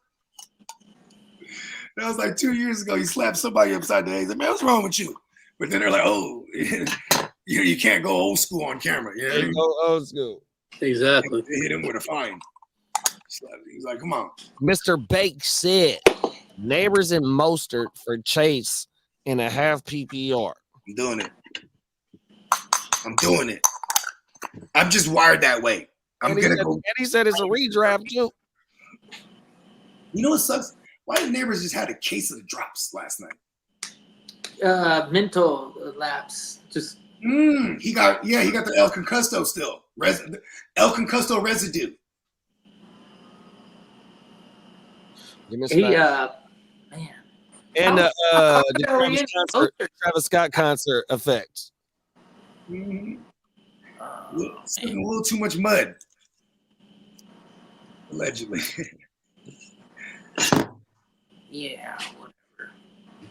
2 for 1. If you're hurting for a running back, I guess, and you know you're gonna start Mostert, then I'm going with 2 for 1. Oh, he's bringing over the Mostert side. Nah, he bringing over Chase. Yeah. Oh, he's bringing over Chase. Yeah, he's giving up Neighbors and Mostert for Chase in a half PPR, and it's a redraft. Hell yeah, I'm doing that. Hell yeah. Yep. Yeah, I want the Chase side. Yeah. Even Neighbors, it's just I just don't like how he's tied to Danny Dumbass like that. Yeah, that's the only thing. It started off wonderful, but now it's starting to end like a shit show, boss. Well, last time was all right. He's still phenomenal. Yeah, he is. Yeah, but his drops are starting to get a little. It was really just that game. That's why I said he only caught a case of it. He's not like he's Deontay drops or anything. Oh no, he's not Deontay. No. What the fuck was that? Some of them, bitch.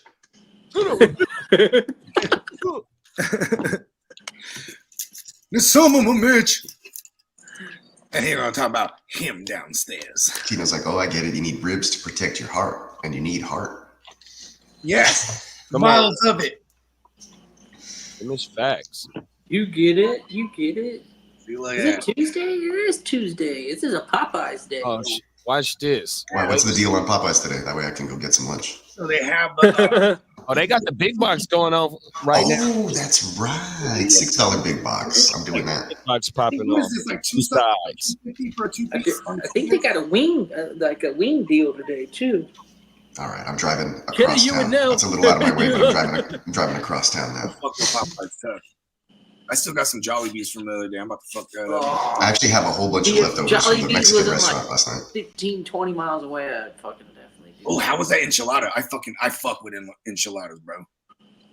Enchiladas were crazy. Yeah, the enchiladas were dope. I had the salsa verde on there, the green salsa. They were chicken, shredded chicken. And then I had the rice and beans, of course. And then the jalapeño was smacking, bro. It had like mozzarella cheese, shredded chicken. It had the red sauce in there. It had the little stuff, John. Yeah, it was a soup because I had the crown in, so I needed stuff that was soft. So I did the enchiladas and I did the jalapeño. And man, I still have some. I could go back home and eat that again, but maybe I'll just do that for dinner. I think I need to marry my girl for real so I can have dental right now. I mean, we've been engaged forever, but I'm like, we keep having kids and then buying houses. I'm like, fuck a wedding. Weddings though, if we did it right at the right time, I probably would have made 100 bands off a wedding. Just go to Vegas, invite people, and tell them to give you a money tree. Yeah, I think exactly.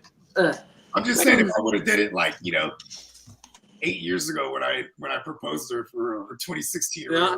Try I should to go to mention talk. that I've been wedding doing it for super 14 years overrated. and I still haven't done Make it more romantic. Be like, this could be our personal thing, and then just be like, you know what I said? I said we'll buy a house and we get married in our backyard. That was my whole thing. I got married Yeah, at my you can parents' buy front whatever yard. you want. See, that's badass. Yeah, they had a nice setup. So And I can still have all my guap having motherfuckers, bro. Because I'm surrounded by some money having motherfuckers. Come to my wedding. Yeah, you know what I'm saying? Hey, that's another thing too. When you go to people's weddings, like, all right, let's buy them a gift. Because if we give some cash and we ain't giving like no powwow or something like that, it's like, fuck it, just buy them something. You know what I mean? You gotta come through dropping some bands, bro. That's the wedding. You know what I'm saying? You feel me? So we were talking about what if it was Gibbs and Neighbors for Chase? That's what we're at Charbonnet. That's what we're talking about, right? Whoa. Taylor said, I got married at the theme park, Gilroy Gardens. We had to park ourselves for 6 hours. That's dope. Who did that? Tino. Nice. Tino. Gilroy Gardens. Like Gilroy, California? Yep, in Gilas. Oh, wow. Garlic capital of the world. They got garlic ice cream, garlic. Hey, the garlic festival. I mean, the garlic festival. Everything. The garlic ice cream actually is probably like the main. It's fucking phenomenal. I went to a garlic main fest. track. It was interesting. Yeah, they used to go down over there. It used to be like funk too, though. I had like a shrimp with like noodles. I don't know, it was super garlicky though. But yeah, it was good. I remember that. That's all I had. It was huge. It was like $12. Oh, wow. Was it the heavy, thick noodles? No, they were like stringy angel hair like, but they were all covered in a garlic sauce. And it was tons of it. Like it was a lot of it. Like, I don't know. It's heavy. The little box was heavy. I was like, oh shit. And they give you like one huge crawfish with like its head still on in there. Nice. And the rest of it's shrimp. I'm not mad at crawfish. And if it's a huge one too, I've never encountered the big joints paws. Yeah, that one was pretty scary. You can usually just crack What it. giant bugs. They're like the lobsters of the creek. They're kind of like big shrimps or small lobsters. I don't know. Yeah. Oh. I mean, they're all like essentially cousins of insects. You know what I mean? Bottom They're all feeders. oxymorons, jumbo shrimp. They all have the external fucking exoskeletons and they bottom feed. Crustacean. You know what's funny is like one of the shrimps in the ocean are like pound for pound the strongest animal on earth. Okay, you can't tell me that and not explain that. Well, the pinchers, like they literally they don't even have to like pinch the animal. They just got to go quappa, and then it makes such a powerful wave, like a sound wave enough to like kill the animal that's anywhere in its like vicinity. Yeah. Oh, wow. I forget what kind of So shrimp this it's called. shrimp is the sound wave from Transformers of the ocean, right? That was my best impression. I've never heard of this shrimp, man. Can we eat the shrimp? Do we eat the shrimp? I don't know if we eat the shrimp. I don't know. Many have died trying to obtain this shrimp. I'd imagine that shrimp would have They either like die or went deaf. The guy that's telling this story, he's just doing sign language. I survived, but I lost my hearing. underwater. Called a pistol shrimp. Oh, So on your free time, just go read about the pistol shrimp. that shrimp. Interesting. Okay. That's a huge bitch. That's huge, man. I looked up. Hold on, the shrimp. Does it say anything that we can eat it though? Yeah, you can eat it, of course. Shit. Bro, we got. Hey, bro, slide through, bro. We're watching the game. We're grilling up some pistol shrimp, bro. Sounds good. Bullshit.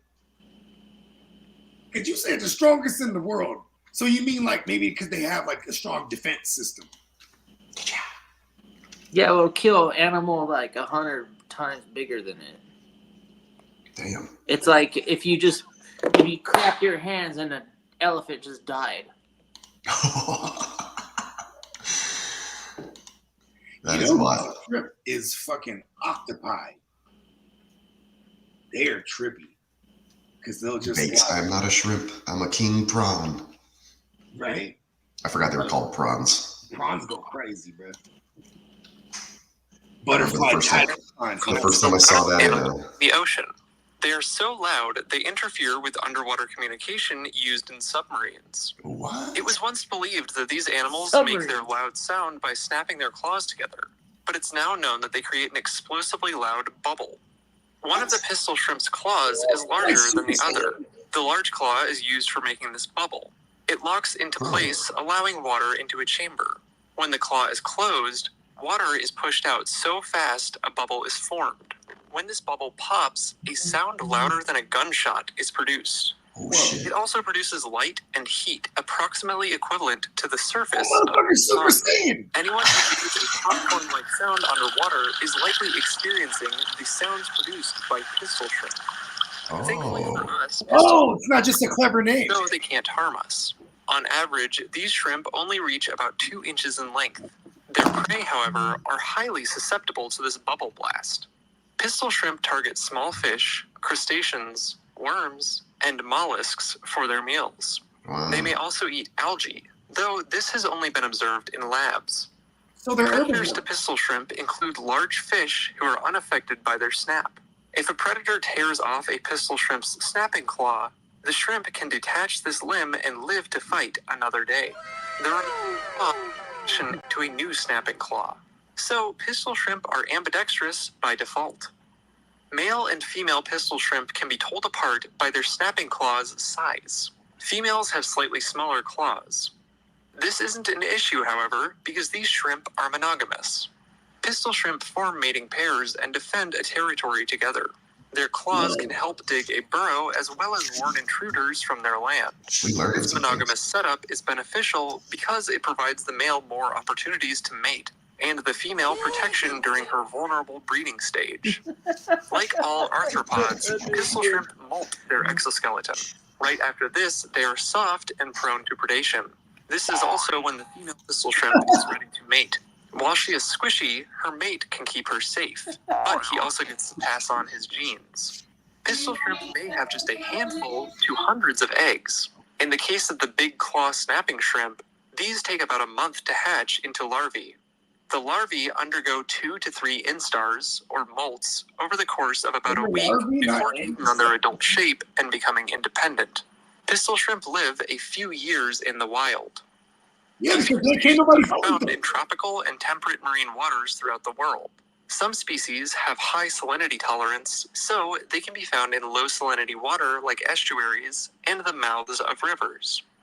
There are over 600 living classified pistol shrimp species, and they're most commonly found on seagrass beds, oyster beds, or coral reefs. Some live in colonies among sponges and So they sound like a gun when you're underwater. And I don't know if you ever tried to scream underwater and be like, hey, can you hear me? Yeah. Can't hear shit. But if you got like a pistol shrimp next to you and it goes whack, and then that bubble burst, it sounds like a gunshot. It's pretty wild. And it creates a thing of light. You know what? How come there's not a pistol shrimp man? Heat and light. Yeah, that's Character. wild. In the water. There it is. That's what I'm going to be for Halloween. Numa saying, yo, update on the Gibbs trade. Went back and forth on some trade offers. Doesn't want any of my other players. He said if I want to keep Higgins and Cup, keep Higgins, then Cup and Chuba. He has Brooks rostered already. So, all right. Sometimes they just fall through, man. Well, to try and convince him with actual facts and be a little bit bold on the take that Brooks probably won't play this season. Yeah.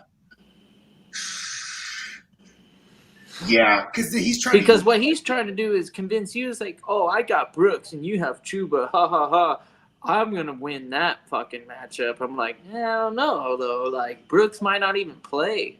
Like as far as we know, he's gonna have to. He's been on the pup, so he hasn't actually been able to participate in anything physical. So he hasn't been touching a ball. All he has is maybe the playbook and play calls. They opened up his 21-day window, so that definitely is coming up here. You know, and so we'll find out this week. Hold on, I gotta take this real quick.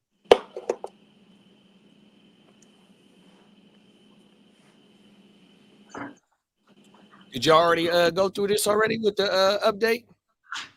So I don't know. I guess I'm more open to trading Higgins and Chuba if you can keep Kupp and you can keep Higgins and Chuba, then that's cool. But if he wants Kupp and Chuba, then I would probably just trade Higgins and Kupp. And then do what you got to do to get that way you can have Chuba because let's all be honest, the freaking running back situation and fantasy it's bleak. So having a guy that you can flex like a Chuba Hubbard and then juggle him around with some of the other names that you had were I might got some leverage here this week. He had Chubb, right? So he had Chubb and Chuba. and A-Chain. Yeah. Well, we start A-Chain. I think we're starting A-Chain pretty much, and then we got to figure out what Chubb and Chuba, and those are almost like your RB2 flex. Yeah, because we're gonna find out at the end of this week. I mean, even tomorrow. Like, we should find out more about Brooks. Like, if he's actually practicing, because that window is closing fast. They opened up the 21-day window. If not, he goes right back to the pup, right back to the IR for the rest of the season. Yeah. Let's see if they move Chuba. If they move Chuba, then Brooks is going to have to roll. If they don't, then they don't need to because Chuba's been capable of doing the full-time, real third down back. It is kind of weird though because he's like literally only been good with. And we ain't trying to win no games, right? If the Panthers, we ain't trying to figure out how to win the goddamn game right now. It's okay. Let's throw our guys out there. And maybe keep our second round running back healthy for next season after we get some solid picks in the draft, and maybe make some moves on the offseason to make the team better and figure out where our quarterback situation is, and there's too many question marks in Carolina. I hope they don't try and win games. That'd be dumb. Yeah, and that's why they probably aren't going to bring back Andy Dalton because he is in question to play this week. They might actually go to him, but as it stands right now, they have it probably would be in their best interest to get Andy Dalton in there to kind of shine up whatever pieces they got, like have Chuba have a good game real quick, right?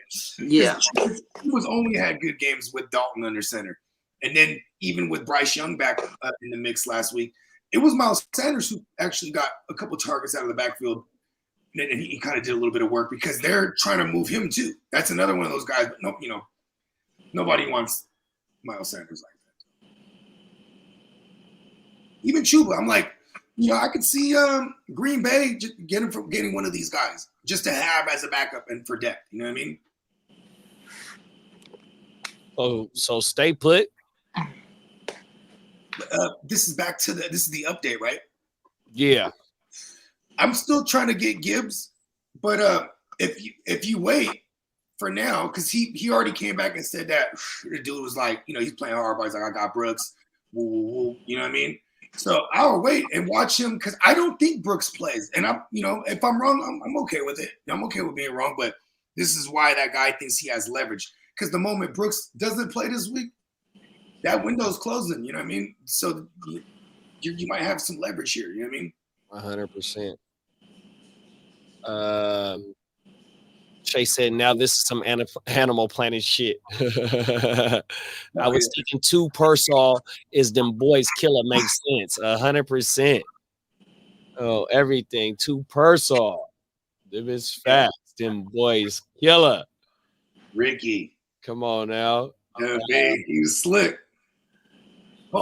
Arrow Chill in the building, man. Top of the morning to you. He say he got CMC, Mixon, Aaron Jones, James Conner, CeeDee Lamb, Debo, Olave Sutton, Shakir. Got to trade for Debo and Conner for A.J. Brown, second in the league with the most points for. I'm doing that. I'm doing that too. There it is. I'm doing that, even though I love Debo, but I'm doing it because you're getting a player you can insert right away and the rest of the way, barring any injury. And we do like the schedule the rest of the way for Jalen Hurts and company.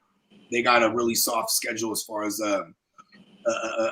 opposing secondaries. And you still get to start Mixon and Aaron Jones. Let's go. And then what you do is you go, since you're giving up that 2 for 1, go see if there's a Urkel out there on the league, out there on the wire. We call him Lil McLaughlin, or a fucking, you know what I mean, just somebody floating around, just because motherfuckers be dying out there. Yeah, definitely go find you a RB to just have in the mix on your roster off the wire after you make this trade. So you put in a claim tonight for one of them RBs that's out there, big bro. Or if it's like a Cedric Tillman floating around, I'll even do that. Like, you know what I mean? Yeah, and any these hot pickups, a Cade Otton, you know what I mean? If some of the league mates ain't been, because most of these guys, if you've been watching us, we've been making sure you have had all these motherfuckers. You know what I mean? That's facts. But you never know. You know what I mean? Check it out.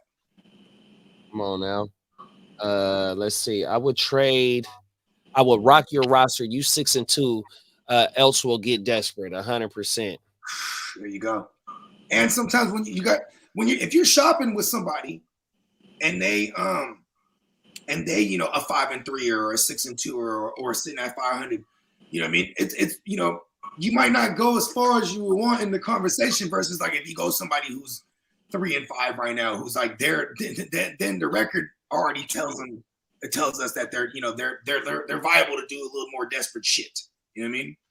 What about a guy who's opposite spectrum, Tino, like a 2-6, maybe in a dynasty league with some older running backs that, I don't know if those running backs are going to carry you too far into the future. He's trying to bite Tino's running backs right in front of me. Sure. Come on, Tino. Let's Saquon. Talk about it. Oh, he got Saquon and Mixon over there. He said, "Stay away, kiddo. Come on, man. You're 2-6. You're running with the." Hey, Tino makes a trade like every 2 years. You know what I mean? He's heating up.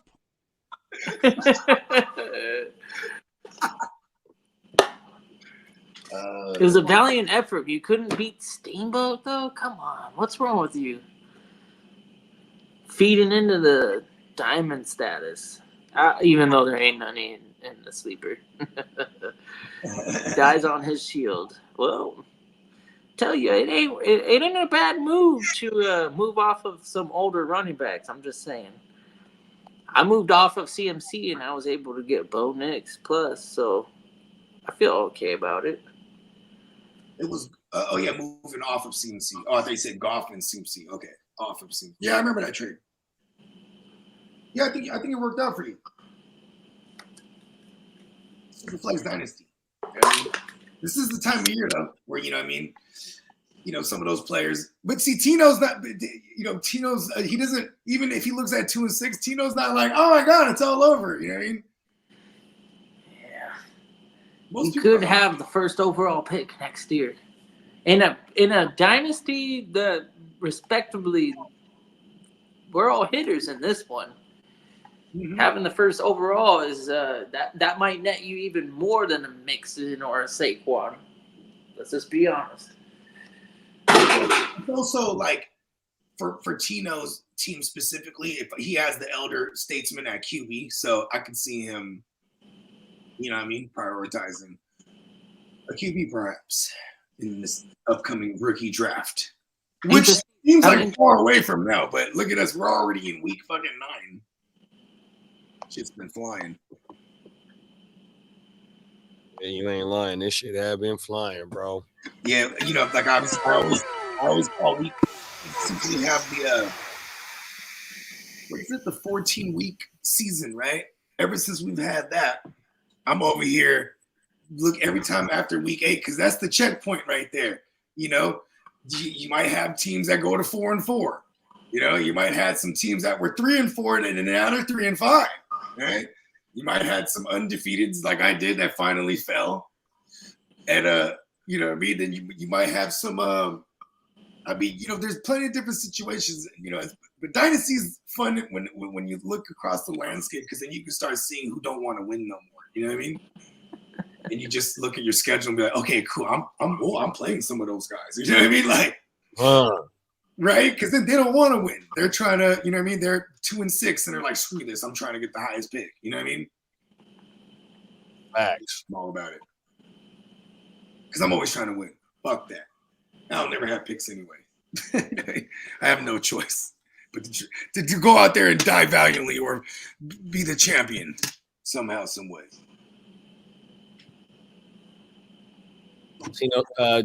Clock said I got Steamboat in the SBI. Tino said my brother-in-law keeps telling me to push Tino to the edge and all his friends are dead. Who is that, Juice World? All my friends are dead. No, that was what's his name? Gambling That first. was Lil Uzi. Oh, that's Lil Woozy. Last year I was up. That Just song is deep though, if you think about it, because he wasn't lying. You know, he's from Philly. All my friends are dead. All my friends are dead. right. Hey, Lil Uzi was up. I fuck with Lil Uzi. Pause. Lil Woozy can rap for sure. The Lucifer. Lucifer. I never looked at it like that, because he is a big upside down cross guy. You know what I mean? 100%.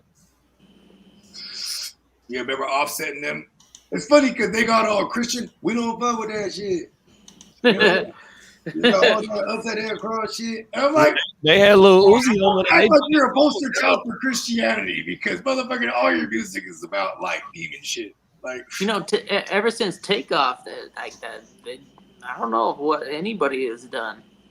Offset has been still making noise, but see, he also went against the grain. Like, he don't fuck with Quavo like that no more. I found some cool stuff. Check this out. Where's it at? Right here. Hey, what's up? I got this here. Hello. What is this? This is super dope. The media team.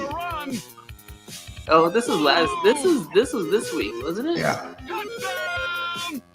Cool. Forward pass. The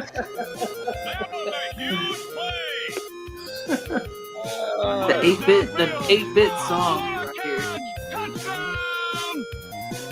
That's that. This is Nintendo NES.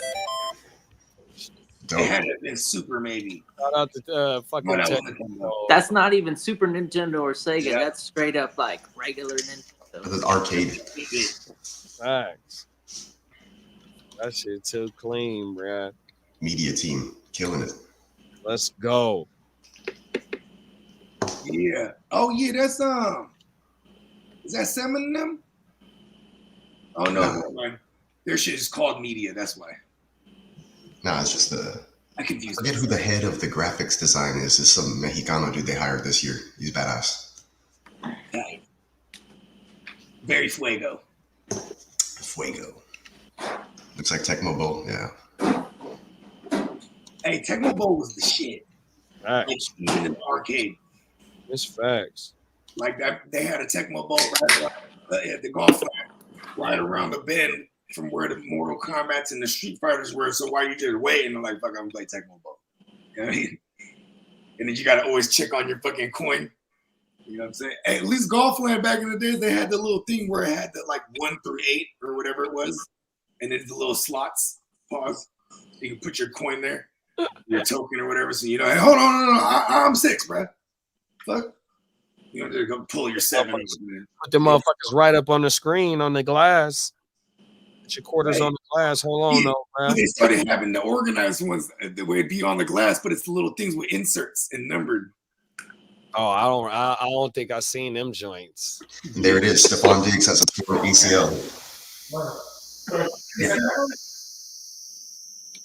Well, I'm a doctor. Come on now. Yeah. All right, Bones, it's time to shine. Yells behind the leg, right?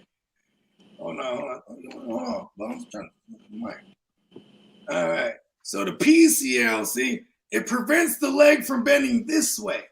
Yeah. See, a leg is not supposed to. Correct me if I'm wrong. It's not supposed to bend this way. See that? PCL. I'm a doctor. Come on now. Get the drop. I got you, bruh. Yes.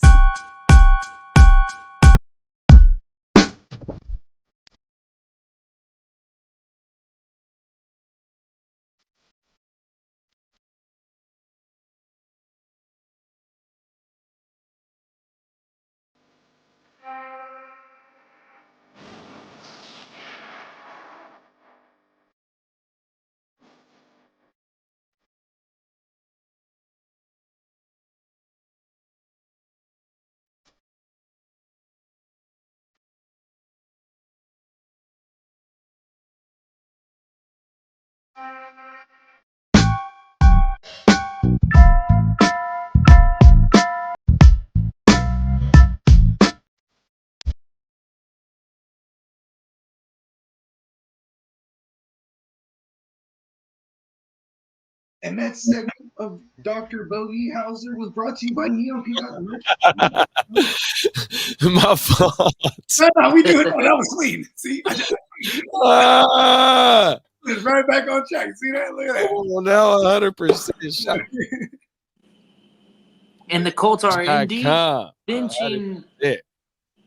error 15 or error 5. Sorry. Ooh, error 5. Look at that. 120. He is officially being benched. So now I'm looking okay in these bye weeks for my quarterbacks. I'm comfortable. My brother-in-law gets his wish. Jameis Winston and Joe Flacco. Flacco. Yeah. If old Jordan Love can't make it, then that's okay. Now we can go back and screenshot cousin Kev's freezing cold takes from earlier this season about AR in the group chat. Ooh. Hey, I was a big Air 5 trooper coming into the season. Oh, that's true. You were too. I remember those. 100%. Yeah. I mean, it's hard to be 100% right. Come on now. I've been playing it for a long time, and I'm never 100% right. But I like to stick to my guns, and the Chargers suck. Sorry, Lee. Let's go. Come on now. Yeah, and this actually makes sense because they have to like salvage, right? Like it's that they barely beat the Tyler Huntley / Tim Boyle led Dolphins the other week. You know what I mean? He's already been injured once this season for poor play. So we like I suggested. Hopefully the Indianapolis Colts organization has listened to me. Like, get him some reps on the practice field, even against practice squad defenses. Give him he can get the reps without getting hurt. Give him 4 offensive linemen. Give him the opportunity to learn how to get the ball out on time. And not just rely on, there's nothing there. Don't turn him into Justin Fields. Justin Fields at least had the opportunity to win some games and play some games in college, but the lack of experience, and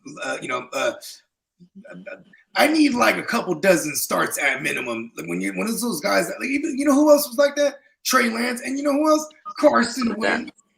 You know what I mean? These guys that they come out of college and they have little to no experience, and then but they're like a prototype or like some kind of athletic freak or whatever. You know what I mean? I can't rock with those motherfuckers no more. Yeah, me neither. I'm not. I'm thankful that I wasn't able to make some deals on Anthony Richardson because I had some out there floating around. I was like, I'll go ahead and maybe test the waters. I'm so glad I didn't. Yeah, because that regime too could be out of there soon too. They hitched their shit to him. This was their, and then also, Jim Irsay, man, he does control substances, you know what I mean, allegedly. You know what I mean? You had Pat McAfee, who's like an unofficial spokesman for them, just the whole draft process saying CJ Stroud's the best quarterback in that, and then we're gonna get him. I see you, kiddo.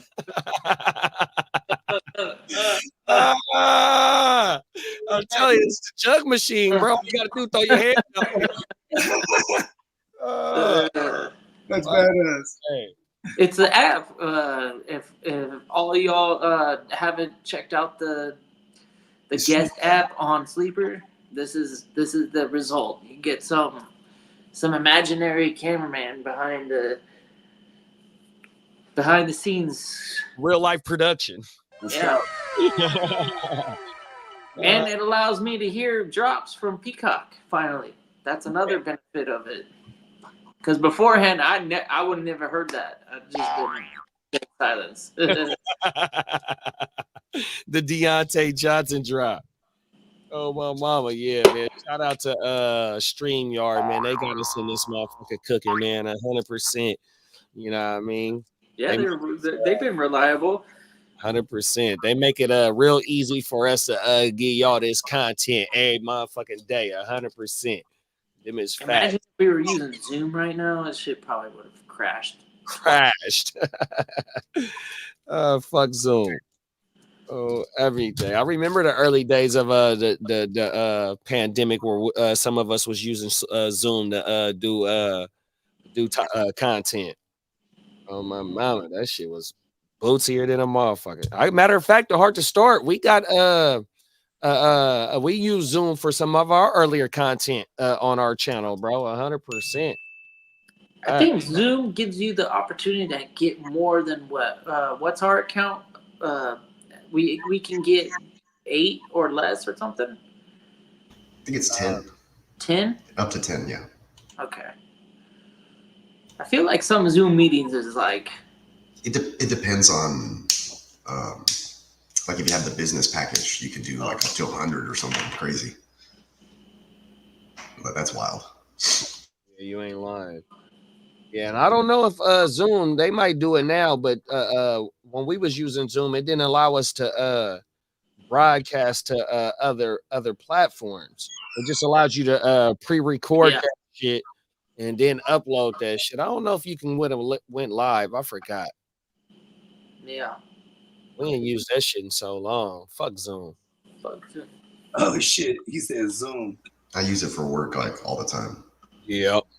You know what's crazy is like when I was at work, I'm still off right now, but before I was off, I was doing interviews. But my interviews was in person. I was interviewing people in person, but during COVID and all that shit, all the interviews was on Zoom and all that shit, bro. Like in Microsoft Teams, they got that shit. It's like Zoom, you know what I mean?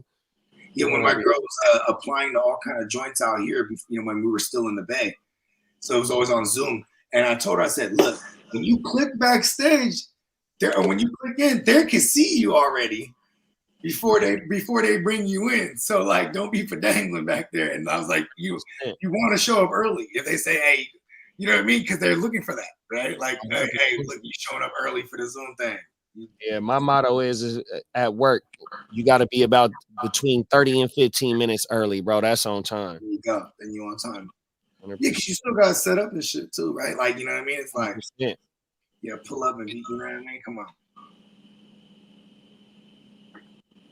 My mama said, in that case, since we got Flacco starting, are we starting Pittman over Xavier Worthy this week? Yeah. Yeah. I do like Xavier Worthy's matchup just because Tampa's been giving up booty to receivers, but they've also been giving up booty to tight ends, and like I don't really want to like keep rolling a dice. He's like a touchdown or bust guy. Worthy is, you know what I mean? Facts. So like, Yeah, I'm going the Pitman, bro. And I don't rarely say that, but I said it when it's the Ginsu, and I'll say it when it's the Wacko because he's out there playing whack-a-mole, bro, for us, bro.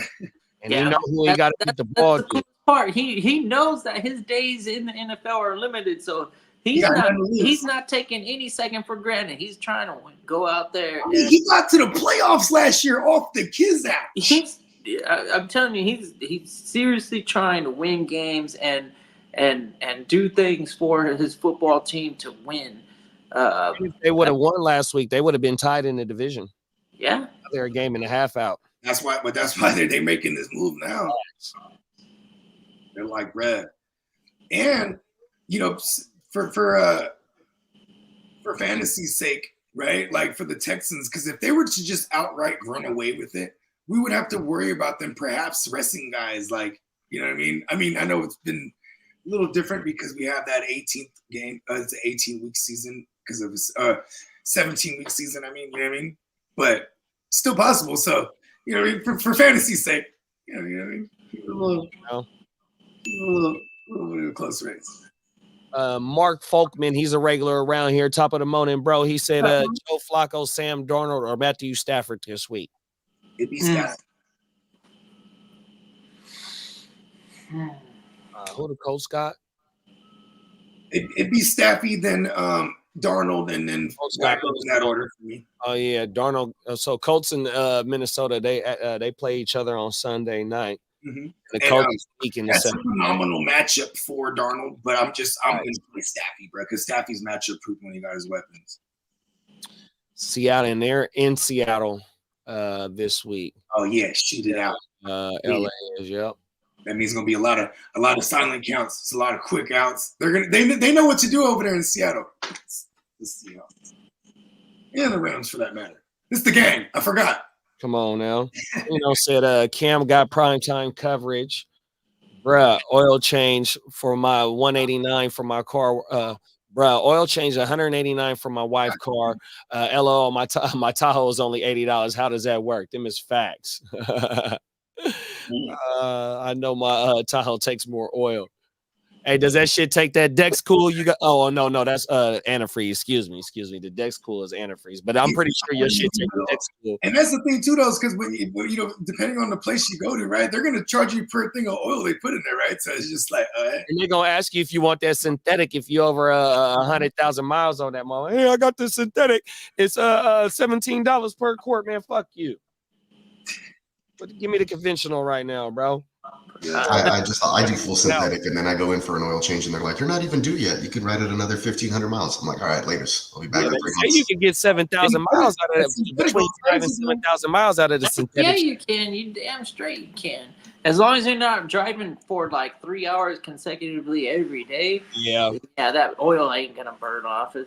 I'm to and from the work on everything. I don't go nowhere, bro. Yeah. And if my truck was right, I would have took my truck out to Buggy House. I had to jump in wifey car. Oh my mama, I love my truck. I got a little beater, bro. I got a 96 S10 with 70,000 miles on it, bro. And it was a former government vehicle. That's dope, bro. Like people who, I guess you could do whatever you want with your money, but a long time ago, I thought it was cool to have a nice car, and I thought it was going to get me extra special treatment, but it never did. And I was like, you know what? Fuck it. I'm going to rock around in a fucking Hyundai Elantra. Got like good gas mileage. Dude, I'm like, I don't give a fuck. I rock a goddamn like. You were driving. You did have a crazy commute for a minute there too. Yeah. But you know what it does? It gives me all the money to fucking have bomb ass food. Super cool hobbies. I don't lose no money on no car. Yes, man. Shout out to my Nigerian partners, man. They be doing the buying and selling old foreigns and shit. Oh, they be flipping. Yeah, they be flipping all day, every day, and we find like it had like 100,000 on it, right? But it's like the S500s, right? The old, the 2000 somethings, right? And then they go and get it for 3 bands, 3,500, and they flip them motherfuckers for double. You know what I mean?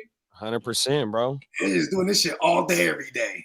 It's a hustle. You might have to ship the car out. You know what I mean? A little bit of extra bread, but Oh, bro, you gotta fucking pay almost $200 for oil change on a Jetta, there's something.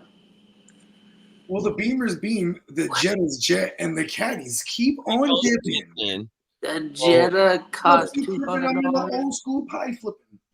Don't you have Old tools pie in your garage, man? Like, come on, man. It's metric. Just remember that. You know, I always wanted to just one day like dig in my backyard and just strike black gold. come on now. And then like you're just like, oh shit. You know, you read them Telling stories. y'all, look, I'm finna tell y'all what the electrical black gold finna be, and this is not financial advice. This is just a hot take. Please don't take this and run with it. But in my opinion, man, Sheba is the next to blow, bro. You know, you've been saying that too for years. I'm telling you, I've been an investor in that motherfucker for 4 years. I've been buying and holding that shit, bro. On everything.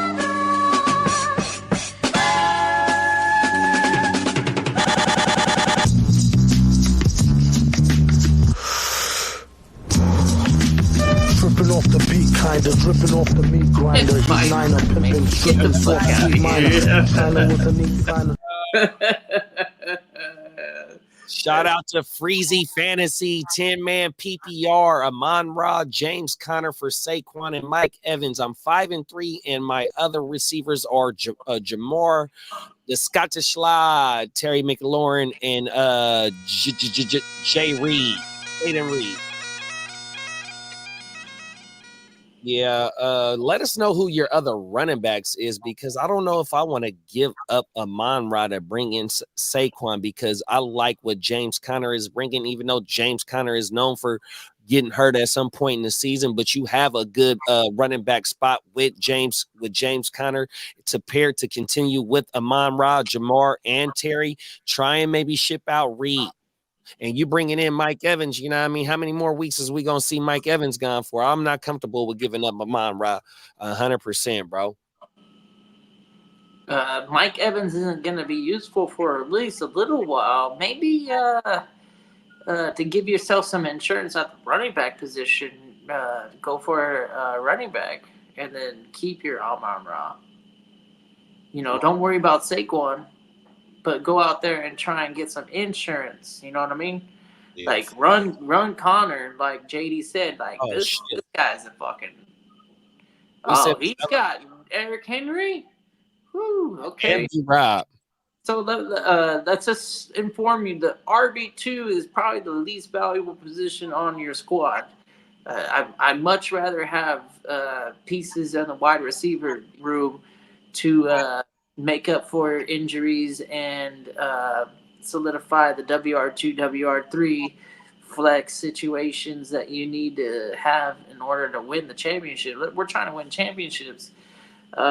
Fancy names don't mean nothing. Like we gotta have the right pieces.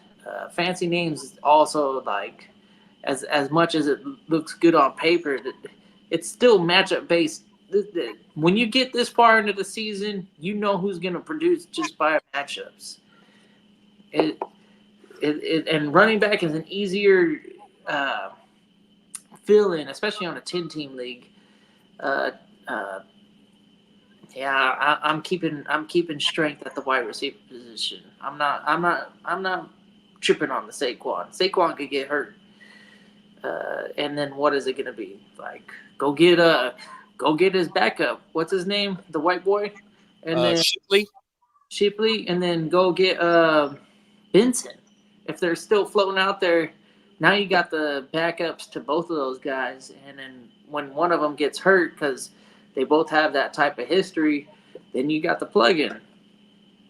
100%, and I'm comfortable with Henry, B-Rob, and James Conner moving forward on top of Amon Ra, Jamar Chase, a Scary Terry, and Jaden Reed. There's no need for me to bring in there's no need for me to downgrade from Amon-Ra to Mike Evans. And it's not too far of a downgrade because we all love Baker around here. Baker is doing his motherfucking thing, but also we love Amon-Ra 100%. So I'm comfortable with my 3 running backs and my wide receiver room to go ahead and move forward and decline this trade, bro. Or not even. Shallow bench, that's okay. That just makes it easier because now you have a whole goddamn waiver opportunity.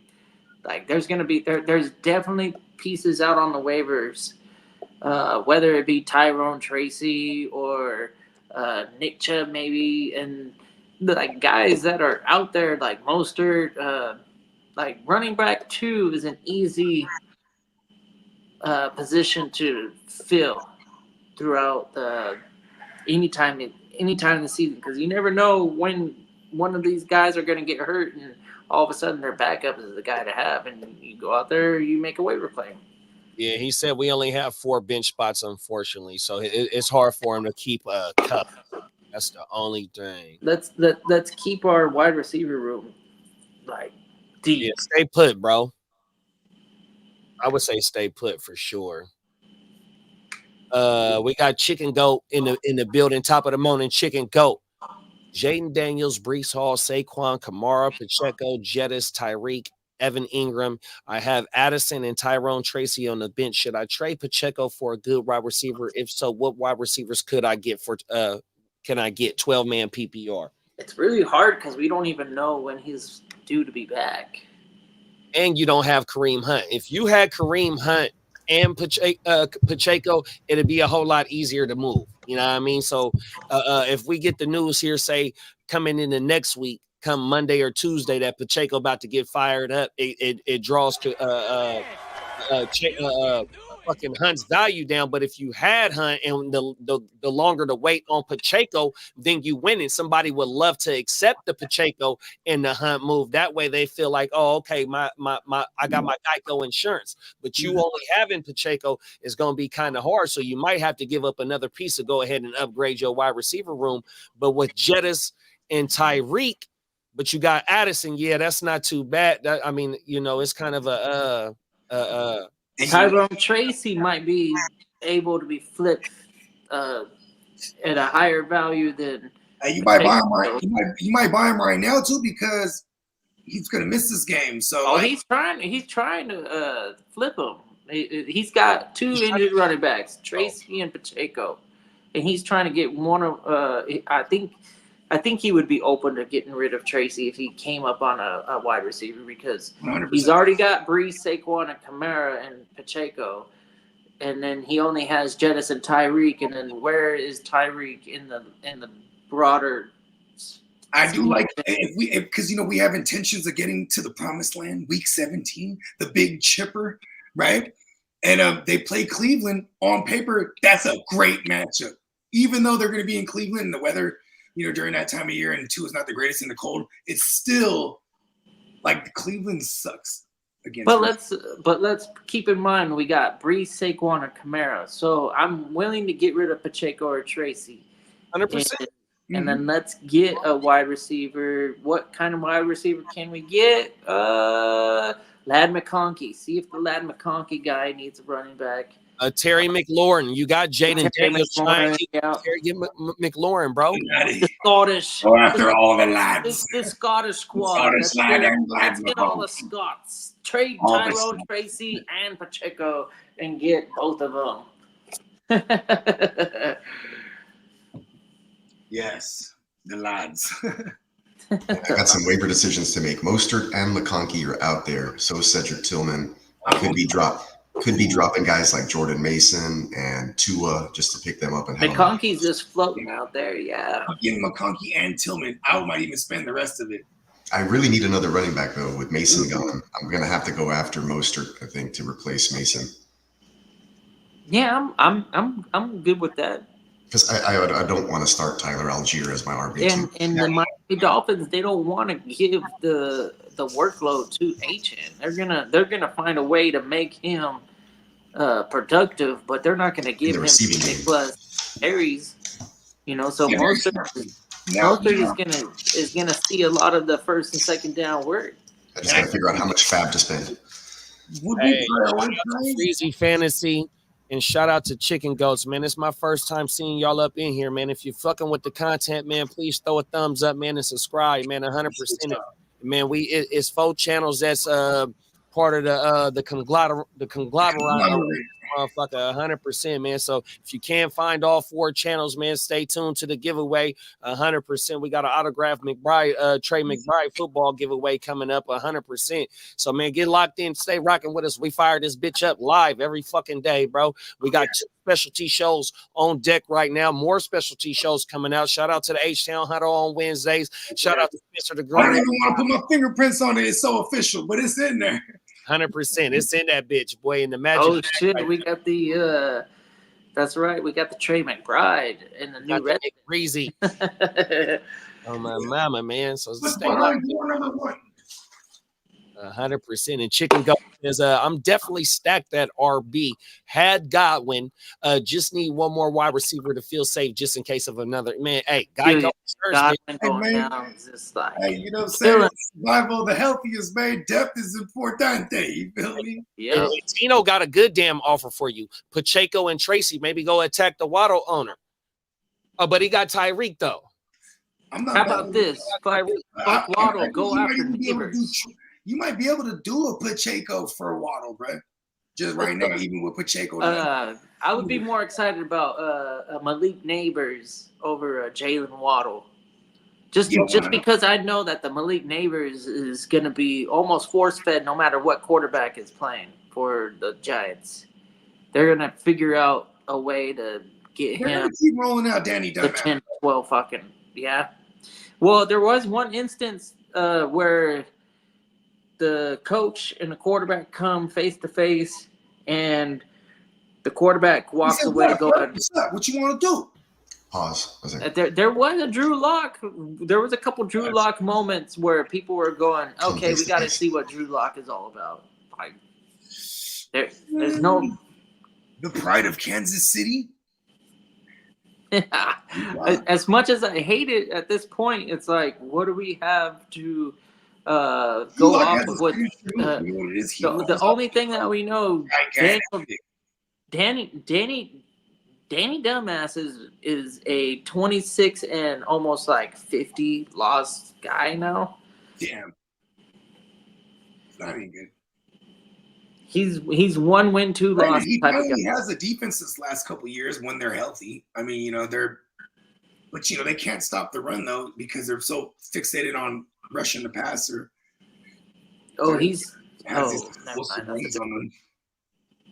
So it kind of sucks. He's always playing from behind. Pause. But we like that for fantasy. Listen, just give me the pepper action to Nabbers. Like, yeah, and if this is a redraft, I'd rather have Nabbers for sure over. Oh, even if it was a dynasty, I'm Nabbers over Waddle all day. Biggs has a nice one. He's trying to trade Nabbers, Gibbs, and Reed for Chase, Amon-Ra, and Charbonnet. Now, if you can get that deal done, because Charbonnet is like a throw-in, right? So it's really like the 2 for the 3. Yeah, and if you can pull that off, stand up and take a bow. Yeah, you get the Chase and Amon-Ra duo. He's trying to take it from that deal too, though. So you need pause. He's like, the other cat's already like, oh, well, I already have that duo. I always go for the gusto though. I'm not afraid to make blockbuster moves. Oh shit! In real life, my bad. I was super low. There I am. Look at that. Shook after last week. Yeah, I traded him away this morning to Jimmo. I got Puka for Waddle. Oh shit! Waddle and Nix for Deontay and Purdy. That's what I got in return. I know. So Deontay's got to be on the move. He's on the move. He's going to get, hopefully to a good team. And being like he'll be the slot guy wherever he goes. Oh my God, Texans or Buccaneers? Just make it right. Oh, it wouldn't be Buccaneers. They're in the division. Texans. Let's go Texans. Yes. just for the 3 Deontay Johnson shares I have in 26 leagues. I mean, keep Stroud floating. I mean, at the same time, we talked about it yesterday, where like sometimes those other guys step up, defenses don't focus on anybody, and then it's just hitting the open guy with no pressure, kind of like the way it was last year. Yeah, just kind of show him why he's that face of the franchise, right? If you notice, like Diggs was super consistent. Like he was getting 9-8 targets every week. Yeah, not breaking 100. much with it. And yeah, he wasn't breaking 100 yards with it, so maybe it'll help improve the offense. We saw Mechie come in and get like a huge, like 34-yard reception. Yeah, the offense though, when they had Nico, Diggs, and Tank on there, Nico fed off of having Diggs right there, though, bro. They both fed off of each other because, like you said, Diggs was doing a lot of damage, not going over the century. It was still a little bit of a high volume, but man, that shit was it was clicking for sure, bro. And if they get Deontay, okay, if they I could even see a world where they don't target any receivers here before the deadline. But like, yeah, Deontay actually would work because contractually too, like he's not a lot of money over there. I think it's the last year. Yeah, this is last year of his deal. He's trying to get paid this year.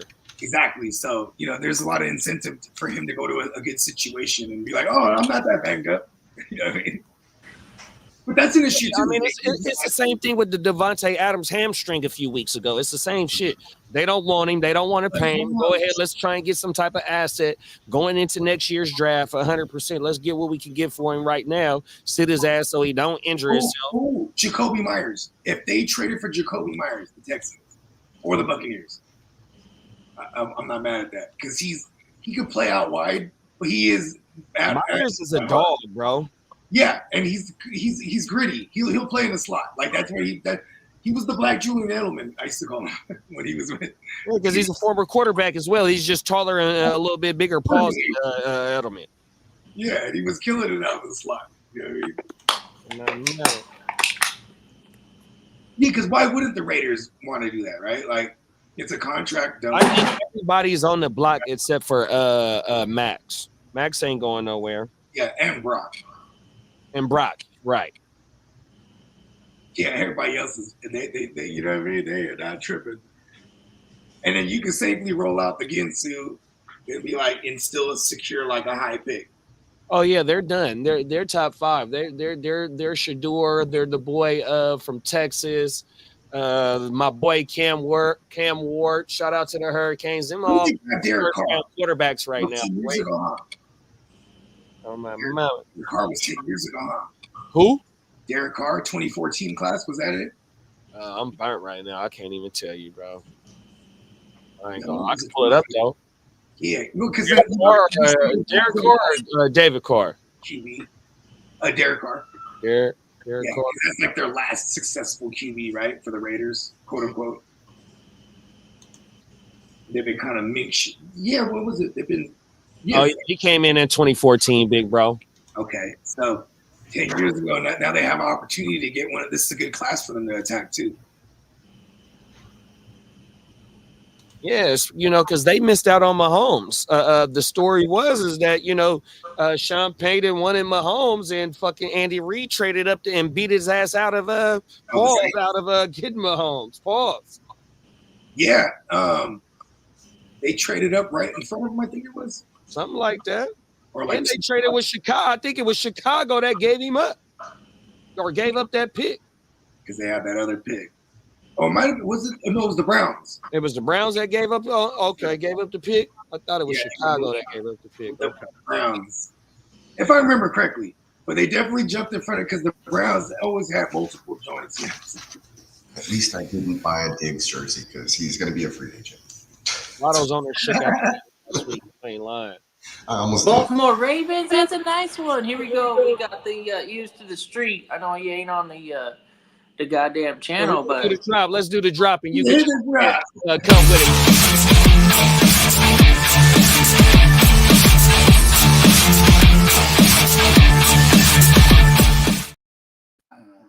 So according to our man Lee, shout out to Lee. Fucking Carolina is sending wide receiver Deontay Johnson to the Baltimore Ravens. No! Don't fall for the bait, man. Don't fall for the bait. That shit is over. Because the bait man's really just a field stretcher, and they just have him do that. Debate is done. Zay ain't going nowhere. Zay should be all right. Damn it! I feel like this actually hurts Deontay Johnson. It does, because he's gonna go to like a place where I don't have any Deontay Johnson. I have I Lamar. got 2 shares. I got Lamar too. You know, I'm a heavy analytics guy, stats guy to this shit. Let's go to Lamar's motherfucking advanced analytics right now and see what he's looking like, bro. Damn, Lee was on that. I barely got the notification. That's what's up. Come on, he's out there in the street. Lee, he's pounding it right now. Barely getting the notification right here. Here we go, right here. Shout out to player profile. On Halloween, he just needs to be like a giant ear.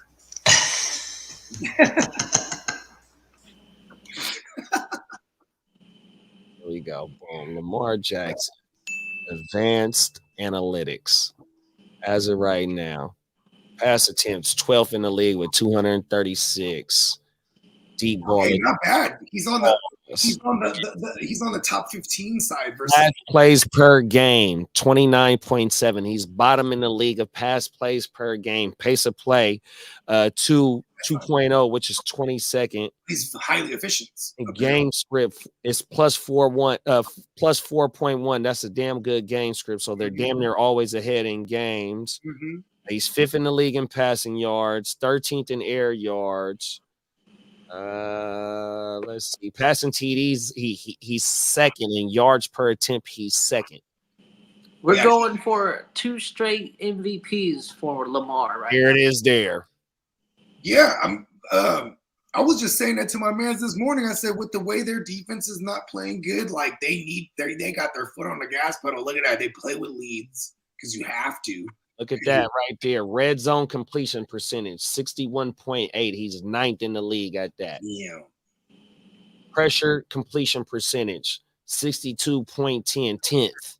This is smart, though, for them in reality. You know, obviously, this kind of sucks for fantasy. Like this one, Bogey. True completion percentage, 71.4, which is 13th. Wow. True pass rating, 116.9. He's first in that. Expected points.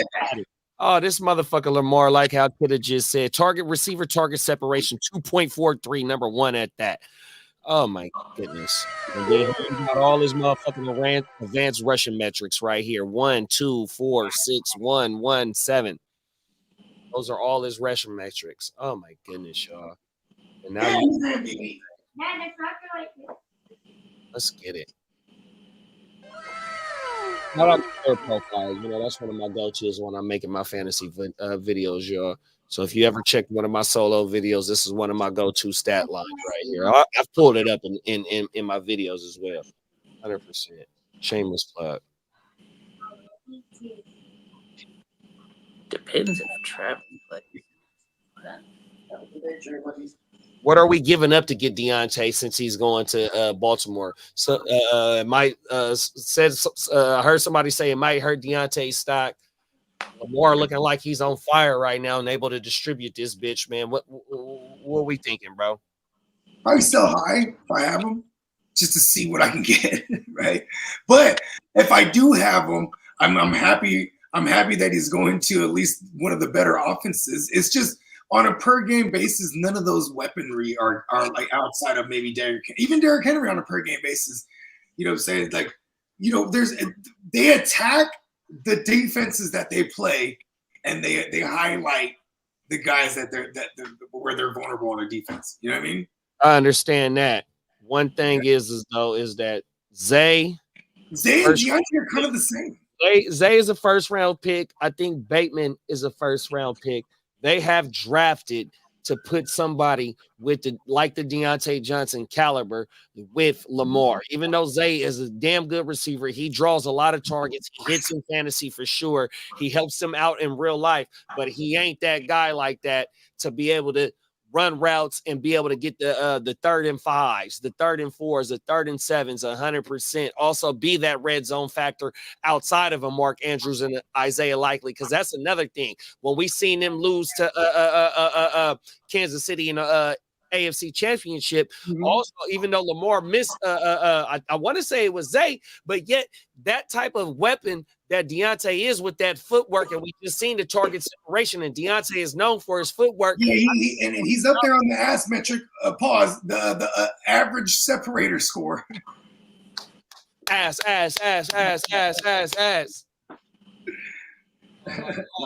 Yeah, I think this is an underrated move right here, bro. I really think this is an underrated move right here, 100%. Even though they ass on the defense, they invested in a Lamar, bro, 100%. I much would rather. I don't think this is a downgrade. This is an upgrade for anybody who has Deontay Johnson. The fact that he's going to be on a team that's trying to win a potential first round bye. Like the AFC is not. They have an opportunity to like fight for positioning, and those games are going to be viable late. Highly crucial. Yeah, we're gonna get the Ravens trying to win. It's a straight up arms race in the AFC. They got do a move, even the Jets for what it's worth. And then now you got the Bengals. They went and swooped on a guy. I mean the Bengals. Baltimore. Yeah, I guess it is sucky that we only have one team getting a bye, but my bad, chat. My bad. But still, you want to be on the better team with the better quarterback. So Deontay Johnson is on a better team with a better quarterback. It's a much better situation for Deontay. Talk about it. Chicken Goat says, yeah, not going to lie, I had Waddle, but he was involved in the trade for Jefferson. Tino said, oh, you're right, Gucci. Didn't see Tyra. Oh, yeah, nah, facts. But, I mean, it was a point in time where you could start both of them motherfuckers and you was going to be straight. Them is facts. My current is Pacheco for Olave straight up. Olave had a super uptick in targets this week and was able to convert, I think, 8 of them bitches for receptions. I think he had 14, 12 targets for 8 receptions, and I think he had $1.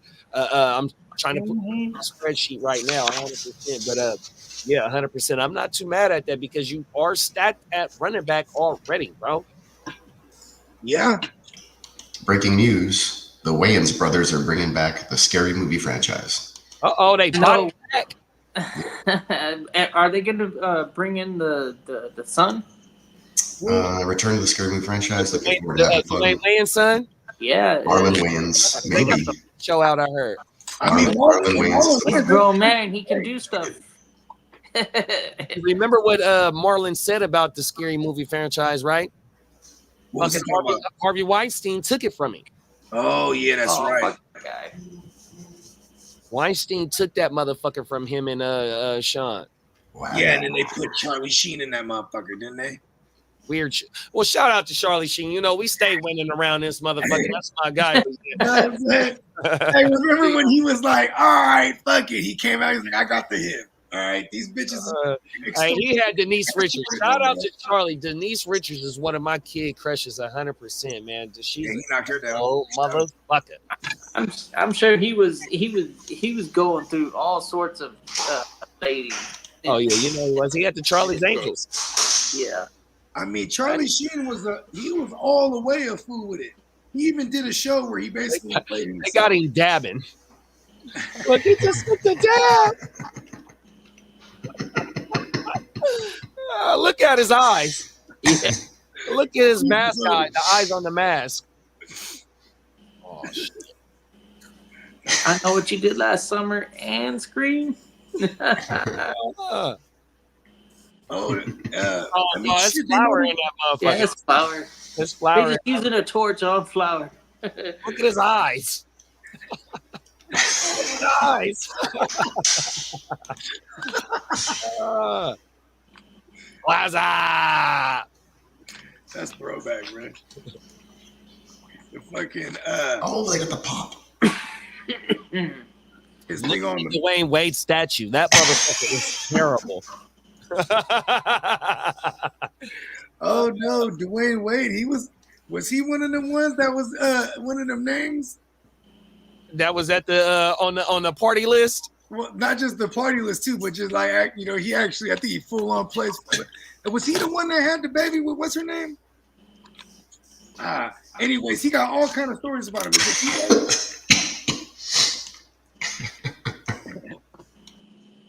No, the best is when they when he's like, yo, hit that. He's like, hit that shit, bitch. Oh, on the scary movie? Yeah, on the scary movie. Oh, my mama. Hey, Tyler Sperry, with Flacco start downs over Dell, I would. This is coming from your Texans guy. He's going to have a tough time being the number one in Houston this week on the road in the Meadowlands. Downs was one of the underrated rookie receivers of last year's class. Yeah. He had some of the highest production per snap. 100%. And then this year with Flacco, he's looked like the number one guy over there, to be honest. I want to say he was the third third most targeted rookie wide receiver behind Puka and give me a second. I got it written down over here. Garrett Wilson? Garrett Wilson wasn't a rookie last year. My bad. It was Puka, Josh Downs third, and it was somebody before Josh Downs. In that class. From my early videos from the off season. And shout out to you, Guccini, is head of our analytics department. Come on now, Bray Brad. Oh my I love that you still write shit down though too. Me, I'll be trying to. 100%. I'm gonna show you right here. Yeah, I was like, I've seen the notebooks in person. I'm like, oh, he really got notebooks. It's my book of rhymes. Right? Oh my mama. You ain't lying. Yeah. We don't hate Dell. It's just was it Dell? Oh no. It's a wait and see thing, and I want you to go out there and prove it. It's a matchup on a short week where the Jets defense is vulnerable against the run this year. So I think it's a heavy dose of Sergio Mix-and-Lot. You know what I mean? And and then granted, if the Jets can shoot it out with them and put points up for real, which is a crazy big if, but honestly, like Rodgers is one of the better streamers this week because the Texans have been overall giving up some booty to opposing QBs. You know what I mean? Oh, here we go, right here. It was Puka, Zay, Addison, Rashi, and then Josh Downs. So Josh Downs was the fourth most targeted rookie wide receiver last year. I said third. My bad, y'all. Now you was one off. See, look at that. We're very precise. And that was for the Jaden Reed. That was for the Jaden Reed video because Jaden Reed was a rookie last year. So I put in the most targeted wide receivers, the rookie most. My bad. Yeah, man. This is what we need. That's great information though, for real though, because like what I mean, shit like that be translating. You know what I mean? And it's all written down. Hey, 100%, bro. Hey, that's the only way I can remember this shit if I'm writing it or when I'm doing my spreadsheets. That's the only way I can remember. You know what I mean? 100%. Just the numbers. Oh my mama, burnt. Super burnt. I love it. Cause that's how we rock, bro. Come on now. We don't play. Playmakers. Fully assembled. How this is gonna be interesting too, because I know like in my neighborhood it goes down on a Halloween. You know, I'm living in the suburbs these days, so it's popping. Like, so like, you know what I mean? And the sun go down already by like six-ish, right? So, you know what I mean? Figure if anything, I might miss. I might be able to start the show. Then I've been the block real quick. Then my girl and the rest of them, they just hit boom the rest of the way. So you know what? And then like with the administrators, you know what I mean? We could fire it up on the go. You know what I mean? I might even be on. We might be live on everything. It's so much shit we can run with that Thursday shit, bro. 100%. We can. I'm trying to figure out what I'm gonna be. I think I might be Stunner S. Thompson again for real. I'm gonna just go find me a mask and rock out with my mask. Or I might just be Fight Crib. I mean, for Christmas. I said for Christmas. For Halloween, I might be Fight Crip. Free C-Mac, man. So everything. That's who I'm gonna be. I think I'm gonna be C-Mac, bruh. Everything. Free C-Mac. Hopefully he'll give me an interview when he get out, bruh. Oh, everything. I pay. That'll be my first paid interview is for C-Mac on the Heart to Start podcast. Oh my mama.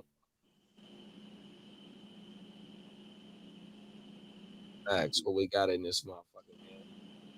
As y'all, I'm still trying to create this wood. These woods be taking hella long to put together, bro. Does Deontay Johnson trade for Ravens hurt? Oh, we already talked about. Did we talk about that? I don't know if they hurt. I don't know what the value of Mark Andrews is outside of matchups, and then Zay Flowers probably still has the number one role there. If anything, this is perfect for the team. This is a team move. I'm not afraid to start any of these guys. We wanted to start Mark Andrews based on matchups, and then Zay Flowers is probably a guy you want to start every week if you have him, unless you're super, super deep and strong wide receiver room. I don't think this hurts any of these guys because we're not starting Mark Andrews every week. And when we do start him, it's because of the matchup, and we're not afraid to shy away from tight end matchups because that's very true in fantasy. And we got, I agree with you on that. And as of lately, Mark Andrews has been showing up as a popping up on the tight end, top tight ends. You know what I mean? So it has. I know it's about goddamn time. 100%, bro. So yeah, Mark Andrews really ain't gonna make or break him. His role is defined. And then Zay Flowers, like how Kid has said, it really ain't gonna. He's still the number one guy over there as well. But also his big playability with the secondary going to have to respect what the underneath and the mid range is with Deontay Johnson and fucking Mark Andrews. Zay might be able to get behind their ass a little bit more easier. You know what I mean? Pause. So you know what I mean? I'm not scared of Zay either. 100%. Yeah, let's not forget that the Ravens have the best running game in the league right now. Here it is there. So you can't do extra, right? You're still gonna have to prioritize. If you're a defense, you're gonna prioritize stopping the run. So having another weapon and another dump, not like a dump off, but like a safety valve. So we got Mark Andrews, Deontay Johnson. They like to work underneath, and then Zay Flowers, and then throw out the bait man. If he becomes another guy that can stretch the field, you got two field stretchers, and then two guys that can work underneath, and then the boxes isn't stacked anymore because you got so many weapons on the outside. The Ravens got a whole lot better by adding Deontay Johnson, and I don't expect Deontay Johnson just to be a decoy or a small piece of the pie. I think he's going to be able to eat a little bit. I'm not hating this addition. I think this is a win-win for the Ravens and Deontay Johnson fantasy owners. And as of right now, the advanced metrics for Zay Flowers, 61 targets, 9th in the league. Target share is 27.2, which is 9th in the league. Target rate, targets per route run, 24.3%, which is 30th in the league. 100%. So there's always room in this offense for him to have another consistent running mate on top of what he's already doing. He's 10th in the league in receptions, 9th in the league in targets. He's converting. He's 224 yards after the catch. He's 4th in that. 11th in receiving yards. He only got 1 TD because he's a banger boom dude. He's not a red zone guy 100%. And I let my take off with Deontay Johnson with the footwork and his target separation and the target separation Lamar is bringing to his receivers. We've seen that in Lamar's advanced metrics. So, yeah, I'm not scared of the Deontay Johnson on top of what Zay's already doing. And we see it right here with his advanced metric. He's eating. He's just not a red zone target. He's from the 20 to 20, like how we say with some of these running backs. Mm-hmm. Yeah, no, hopefully you're playing PPR leagues and stuff like that. So it just gives you more opportunity for points. Might not get the touchdowns, but that's okay. Deontay Johnson wasn't scoring a whole lot of touchdowns as it was. But you're getting a whole better system, a way better system.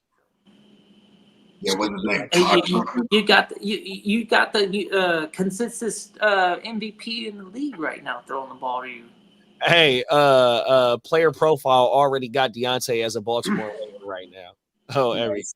Hell yeah! You know, like advanced metrics probably having a field day right now. Going, ooh, Ravens just got a whole lot better because we know that they're gonna need to have a strong offense because that defense ain't doing its. They try to do something similar with bringing in a washed OBJ last year, right? And didn't do shit for him, just like Miami. Man, that dude is done. But they've always looked for that position, like you said. Yeah.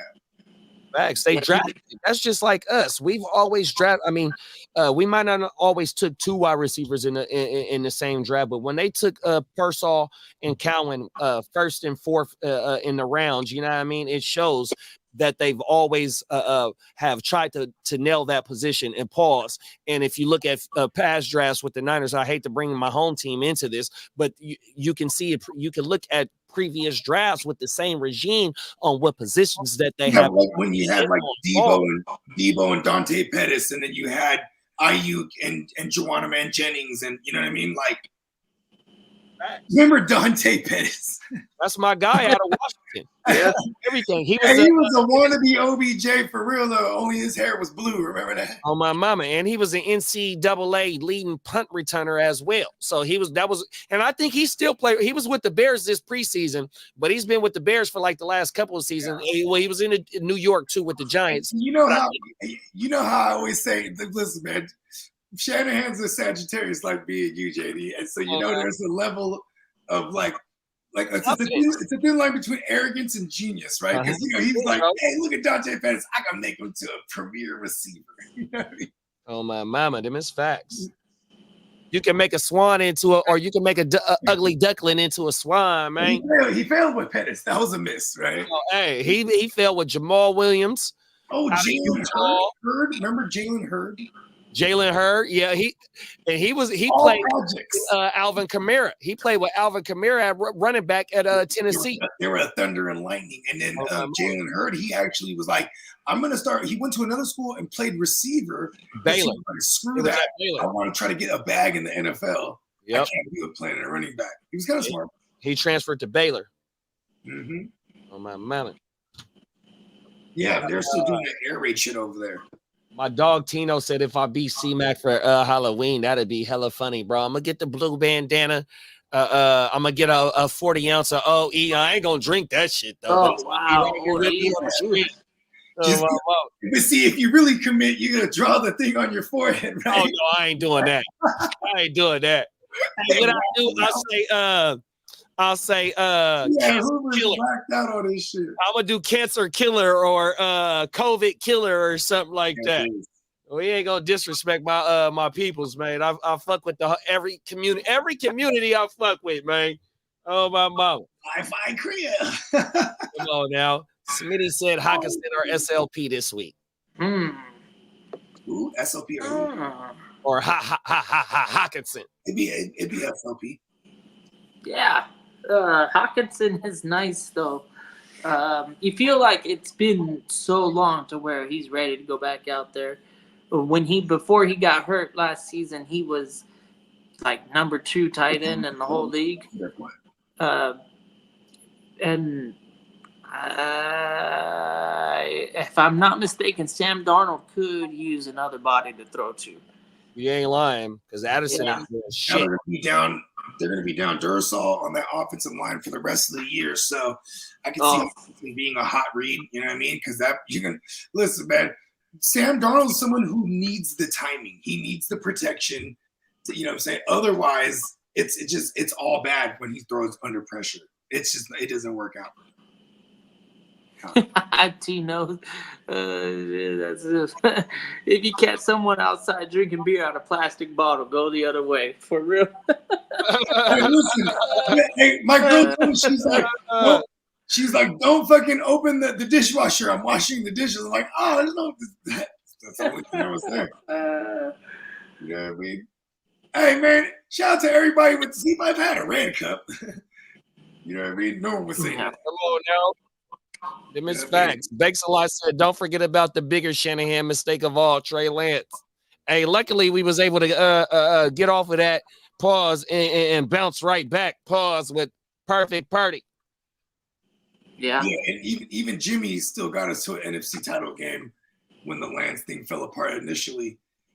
And you know what it is too is Lance is it's that it goes back to that experience thing, man. Like because me and you, JD, when we're on record, it's I think the episode it's on the Heart to Start. I think it's called We Want It Straight.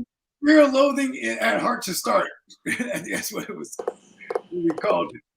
But we were talking. The whole episode was just about us. Who are we gonna draft that year?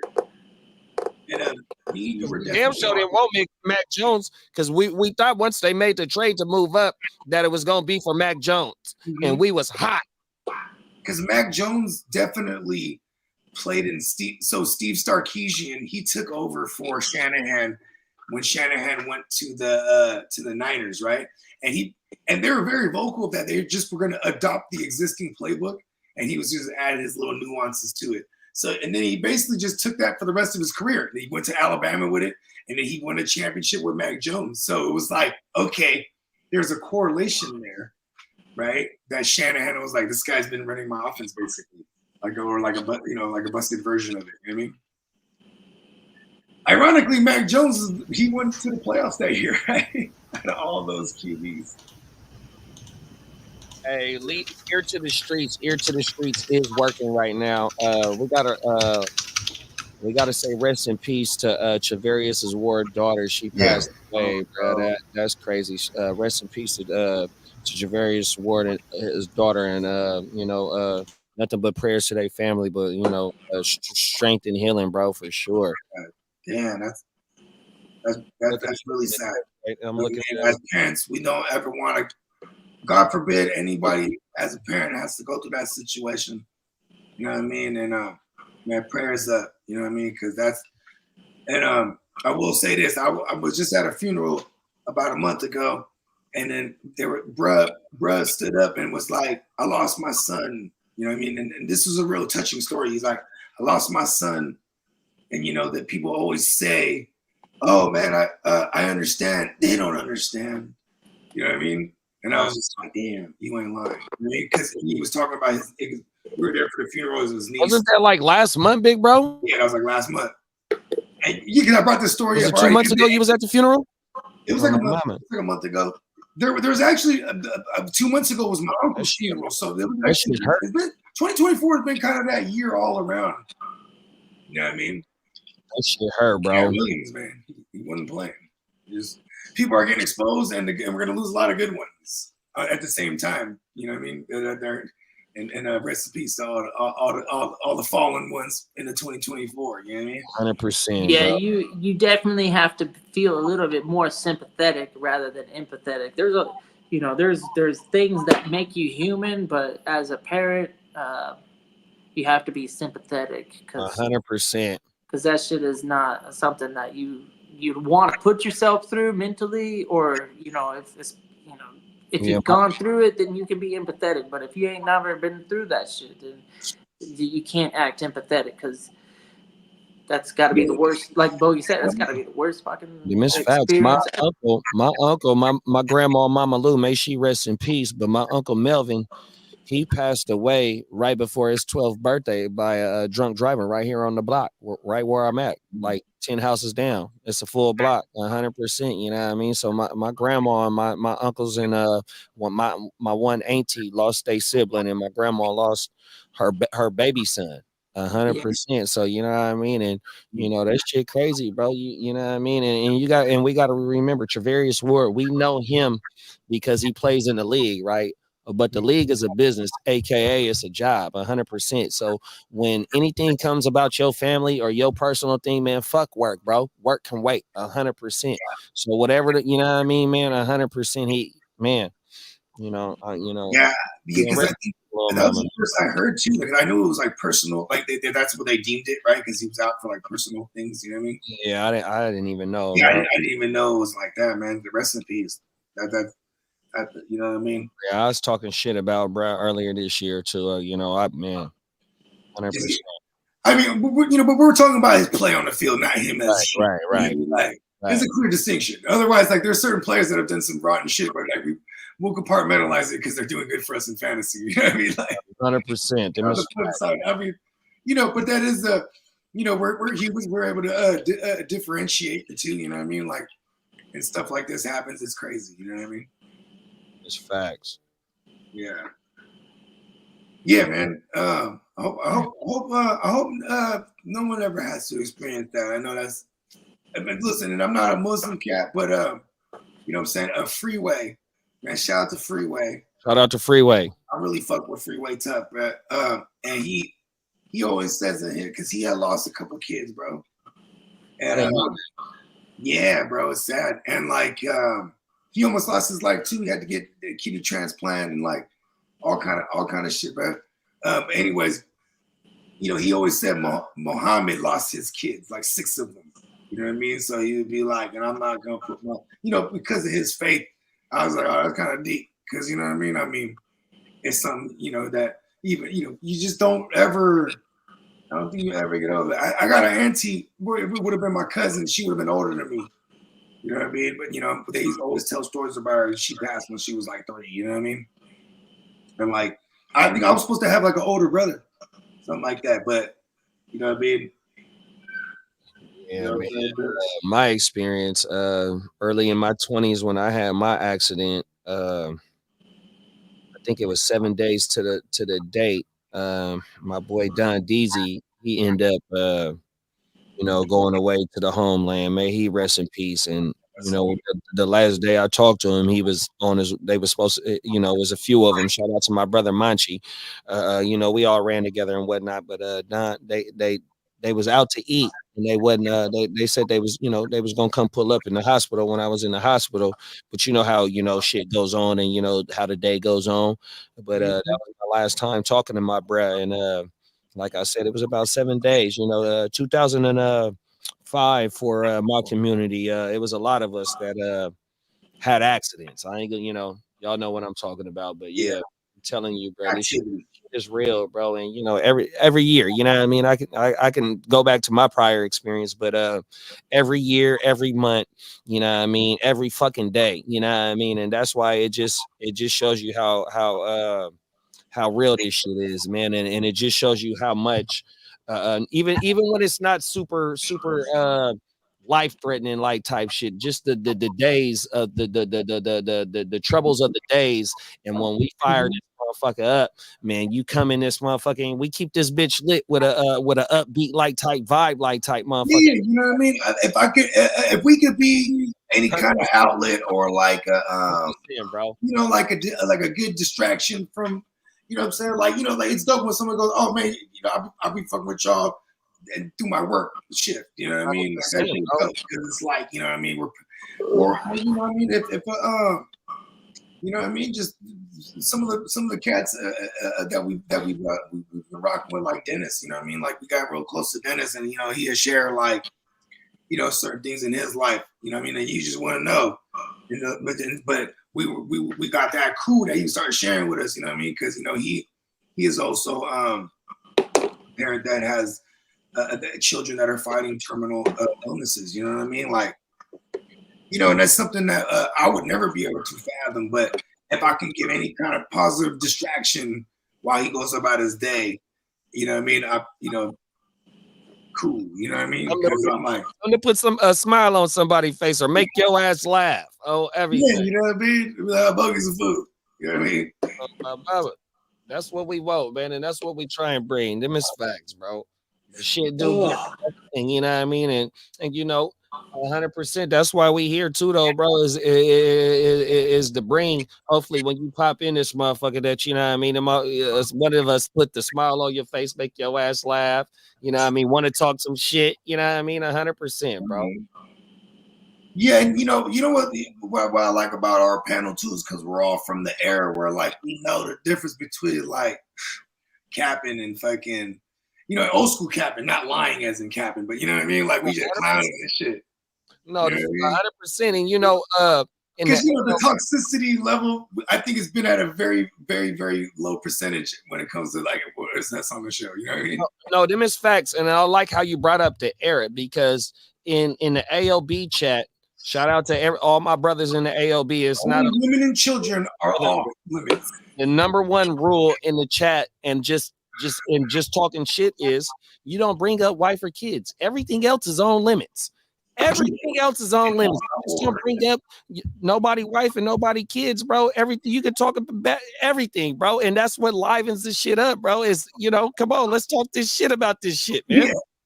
Because it really ain't that steep at the end of the day. Wartime, baby. Yeah, let's go. Oh, everything. We're gonna get you off your game.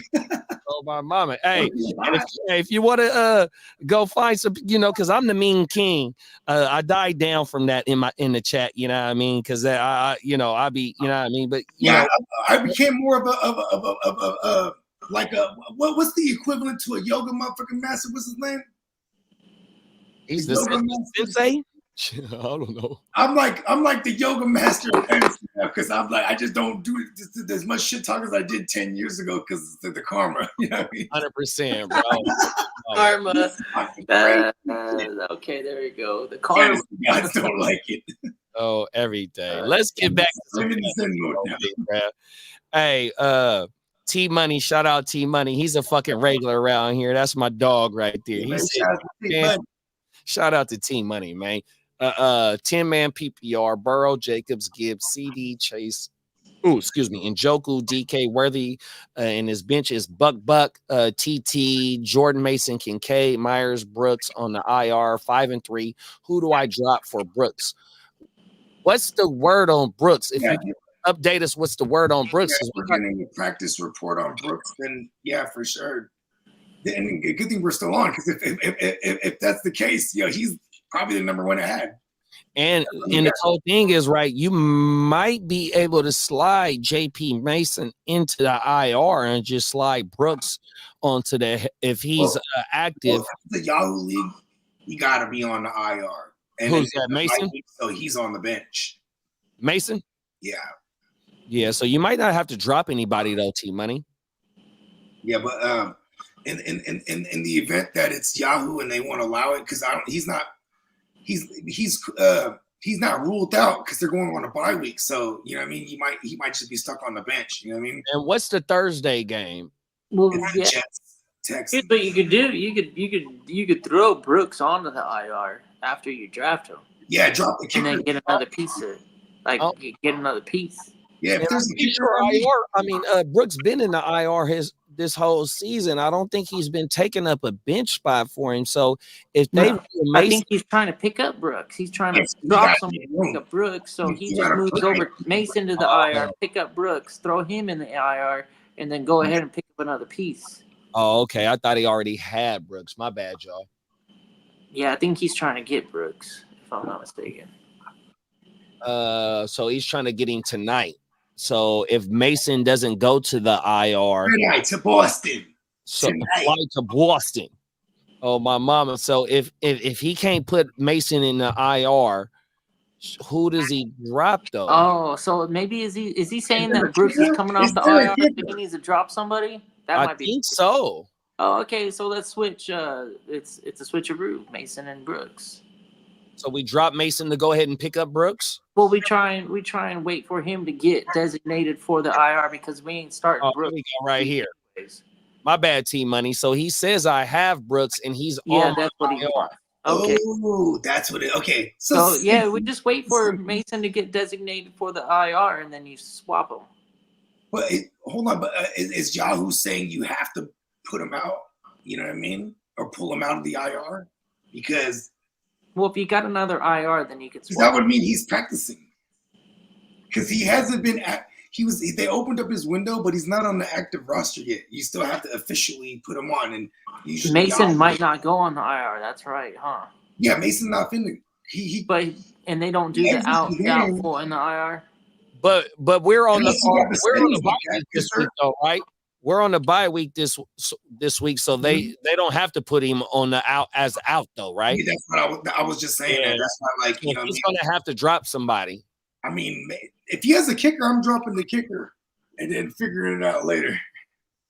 I always do shit like that. I'm like, just buy me some time for a couple days. Fuck kickers. Yeah. If you have to make the big boy move, it'd be you cut Mason. You know, because he is hurt, and then we got Garindo, and then who could take his place if CMC isn't exactly ready for week 10, but they will activate him off the thing by week 10. Yeah, because his bench running backs are nasty. He has Buck, and TT. Yeah, maybe you just bite the bullet and say, "Man, I took a loss on this one," and just drop Brooks. The fuck's he good for, anyways? That's true too. You know what I mean? Because Brooks ain't. We don't know what the fuck Brooks is, and we don't even know if they're shipping out Chuba. You know what I mean? I don't know about dropping JP Mason. Three. We don't even know about C-Mac though. Yeah.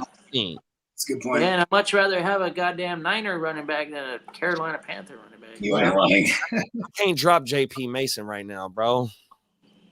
Okay, so but if it is a Yahoo, right? He won't be able to make claims out there or anything like that. He won't be able to do shit. So I would just wait anyway if you're not going to make any claims. Because then if you are, then it's just fucking. I mean, no, like you said though, Bogey.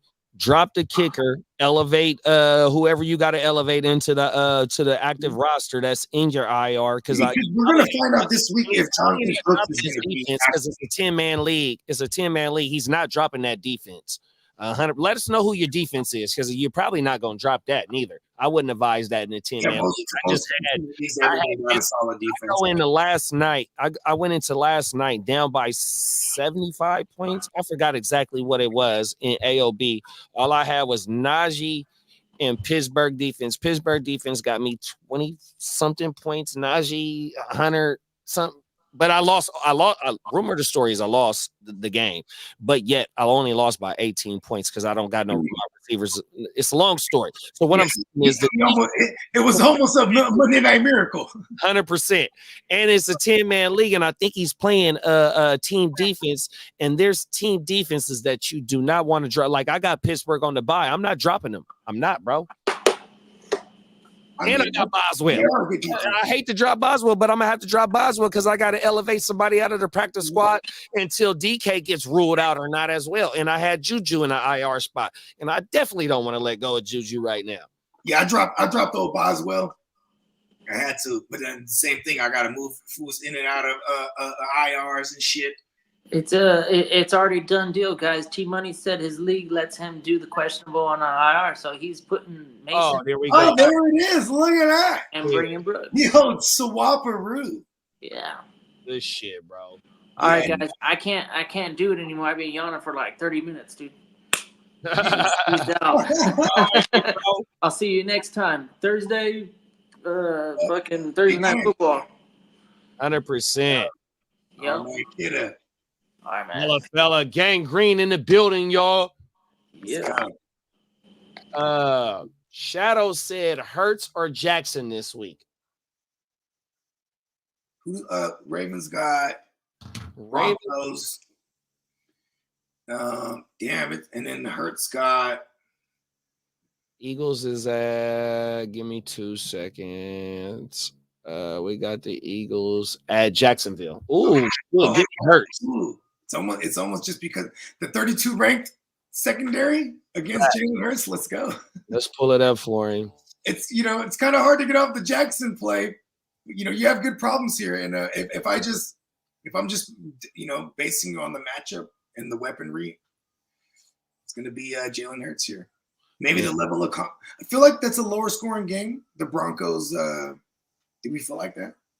And What I shared is Jacksonville 39.11 points given up to the wide receiver position this year. They are bottom 4. You can see Minnesota, Baltimore, Detroit, and then Jacksonville. 4 now. Okay, so yeah, let's go. Yeah, for 100%, big bro. Oh Let's my go. God. We still like it. 100%. Give me Jalen this week, bro. Oh my mama. Yeah, splitting hairs though, right? 100, no facts, 100%. And on top of this, you know that you're getting a rushing floor from both of these quarterbacks as well. And 100% when it comes to like if they're down there on a 1, like you can almost guarantee they're just gonna give it to Jalen Hurts over the tush push. You know what I mean? Oh now. Like he just does it. It kind of pisses me off when I'm down there and I got AJ and Devontae Smith. I'm like, I'm talking about one of the motherfuckers. Your Saquon shares. Yeah, right. And I got a shitload of goddamn Hurtses too. So it's like, I'm like, all right, fuck it. It's all good. Peacock said happy 25th birthday to Tank Dell, man. HBD, Brody. Oh, baby, we made it. Nico Collins will miss TNF against the Jets, but he'll be eligible to return week 10 versus the Lions. Okay, I love it because they can activate him off the IR, and that would be a good sign too because they're only going to activate him if he's going to be ready. And we need him against the Lions. The Lions aren't that good. That's why they're in their secondary. That's why they're in those shootouts routinely. That's why their whole plan on the screen is to, like, keep the offense off the field with the run game. It's been crazy efficient. I think that'll shoot out. I like that game a lot. You need Nico for that one. Talk about it. Tino said, facts, kid. If I would have even known what to say, bruh, it's hella sad. Facts. Yeah. I got to slide. Facts. We're going to be back tonight. Spencer firing it up tonight, big bro. Yep. And I think we'll have me and Blake again for the in my humble opinion. Shout out to BWB, man. Blitz with Blake. With Blake, you know what I mean? And yeah, be sure to just look out for tonight, the Guru Nation Power Hour. 100%. Peacock said, Lord, don't lose, admitted he was wrong about AR. Bro really stood hard on that tape. Yeah. Max. He really did. He says he's been number 1. Ha. Chase said, just got offered Tank Dell and Connor for Jacobs. I'm 2-6. You need depth. Well, I say take it. You need depth chasing that league. James Conner, as of right now, give me 2 seconds. He should be a bottom end running back, bottom end RB1. Where's he at? Oh, I take that back. He's a bottom end RB2 right now. He's the RB 20th right now. RB 20 on everything. But to go ahead and bring in Tank Dell and Jacob, to bring in Tank Dell and Connor for him, 100%. I need depth. I got to shake something up. Texans quarterback CJ Sprout speaks on losing Stephon Diggs. I feel really bad for him. He was having the best time playing football in his career. That's what he told us. AR quit on the Colts. He says he was too tired to play. Texans DL Will Anderson says he's never seen a quarterback tap out of a game. I think it's a testament to the defense, man. Whoa. Shout out to the Texans defense. The GNW got screwed, fellas. Travis and Jason Kelsey have been named people's fuck them. We're the GWN Cash Facts. Come on, Lee. Let's go. My league lets me. There it is. There. So I'll do that move 100%. Heartbreaking, yeah. Facts. Rest in peace to little mama, man. I've been streaming defenses. Oh, okay. Yeah, that's what we do. Oh, shout out to Bray. Oh, excuse me. My bad, Peacock. I'm scared for Thursday. The Jets ass field is hot. You ain't lying for sure. They are. Yeah, that's crazy. But Sergio Mix-a-Lot, you know what I mean? Run all over them. They're gonna be without CJ Mosley again, because it was actually even hurting them when they were trying to force him back in there all hurt and shit. I like it. I like their chances here. Come on now. Mm-hmm. Like just for reality purposes too.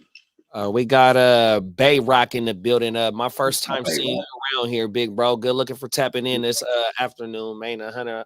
Shout out to the Bay. Bray, my bad. Oh, Bray. Shout out to the Bray. 100%. Should I trade GW James Cook for CD? My RBs will be CMC, JT, and Ramondre.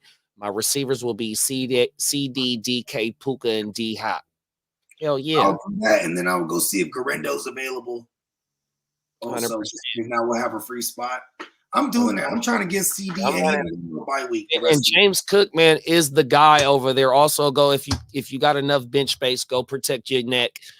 Shout out to the skit on Chappelle show with the Wu-Tang. Protect your neck, diversify your bonds. Get your Geico, get your life insurance policy with Ray Davis too, big bro. If he's out there, diversify your bonds. Diversify your bonds. Oh my mama, please do that. Break Rock. Let us know what you do if you pull the trade off or whatnot. Tap back in with us, man. We fire this shit up every day, big bro. Fantasy football content, life content, culture content, 100%. This is what you're gonna get right here on the GenWealth.net. Even nature content, animal paws. Learn about the pistol shrimp. Oh, everything and shrimp. Shrimp. Bones. Talk about it, Bones. 100%. A few words.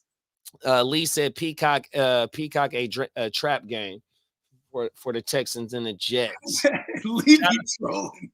Shut up, facts. Facts.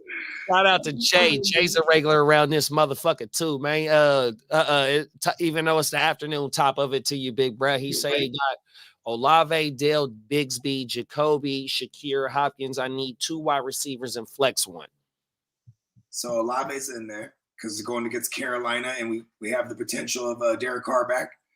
Even without him, I still would play Olave because of the matchup. So whether he's the flex or one of the receivers, what else? What are you thinking here? For sure, Shakir. Shakir's been hot the last 2 weeks in that offense as well. 100%. I'm gonna fire up Shakir. I'm definitely not sitting him. Is that what we're doing now? Khalil Tupac Shakur. Come on now, that's what it is. Tupac Shakir. That's what it is, bro. Everything. Facts. I like that. Everything. And Buffalo has to keep their foot on the necks against Miami. So yeah, I'm fucking with Shakir, bro. Shakir then popped up back-to-back weeks. You ain't lying. Everything. Olave. We got Olave. We got Tank Dell, Bigsby, Jacoby Myers, Shakir, Hopkins, and he needs three out of these: 2 wide receivers and 1 flex. Tank thing, man. It's like on paper. He takes that back. Okay, he takes that back. He said he needs 1 wide receiver and 1 flex out of those people. I think that's him. So that makes it a little bit harder. Olave, Dale, Bigsby, Myers, Shakir, Hopkins. It's also like, okay, if there was ever a must win, it's for the Jets, right? And this is, if I'm going to put some logic to Lee trolling that it's a trap game, it's because the Jets this is like their season right here, right? And then it's the perfect time to catch them because now they're going to be without a Diggs, obviously no Nico, and it's just Tank. And Sauce he got burned a few times this year. You know what I mean? But he's also been playing banged up. It's kind of hard to get off the Tank play, bro. Yeah, it's. I think I'm in a situation. I think I'm in a situation where if they rule out DK, I'm forced to play Tank in this role 100%. And it looks like DK, if we get him practicing on a Wednesday or at least a Thursday, then it's like he's trending because they didn't think it was going to be a multi-week issue. So you wanna roll with Olave and I'm okay with Shakir, but in order it would be Olave, Tank, and Shakir for me. So it would be Tank and Shakir for me. Tank and Olave. Tank, because they got Bigsby as well. And Jacksonville is at Philadelphia. What is Philadelphia at with the running back position? Let me go. They abandoned the run too a lot. You know what I mean? Oh, excuse me, wrong one. Points adjusted. Philly is 6 at 19.07. They the 6th lead. So Philly they top 10 and not giving up points to the RB. So you might want to sit Tank Bigsby for sure. Oh, it's not Tank Dell, it's Tank Bigsby. No, he got both of them. Oh, you got the tanks over there. So I wanted to just go look at the matchup of the running back matchup that Tank, the defense that Tank was. Yeah, they're top 10 against the run right now. So we giving up fantasy production. So as of right now, Big Bro said you said Olave, Dale, and Here, in that order for me. Yeah, I ain't mad at that. And because like it's hard to make a case for Hopkins. Like it's just like, but this is a good matchup for him too, though. You know what I mean? Yeah, and then what if they activate Juju too, though? You know, exactly. See, and Tampa's, they're gonna get got by Kelsey this week. That's the mismatch that should be in play here. You know what I mean? It's gonna be harder to run. Kareem Hunt and whoever the fuck else they're gonna run. They're gonna have a tough go at it with like Vita Vea and all that. You know what I mean? Shout out to the All-in-One show. Trade Flowers could possibly package Kittle or Kelsey. Trade Flowers. Okay. We're selling high on Flowers with the Deontay Johnson news. Maybe you can get a 1-for-1.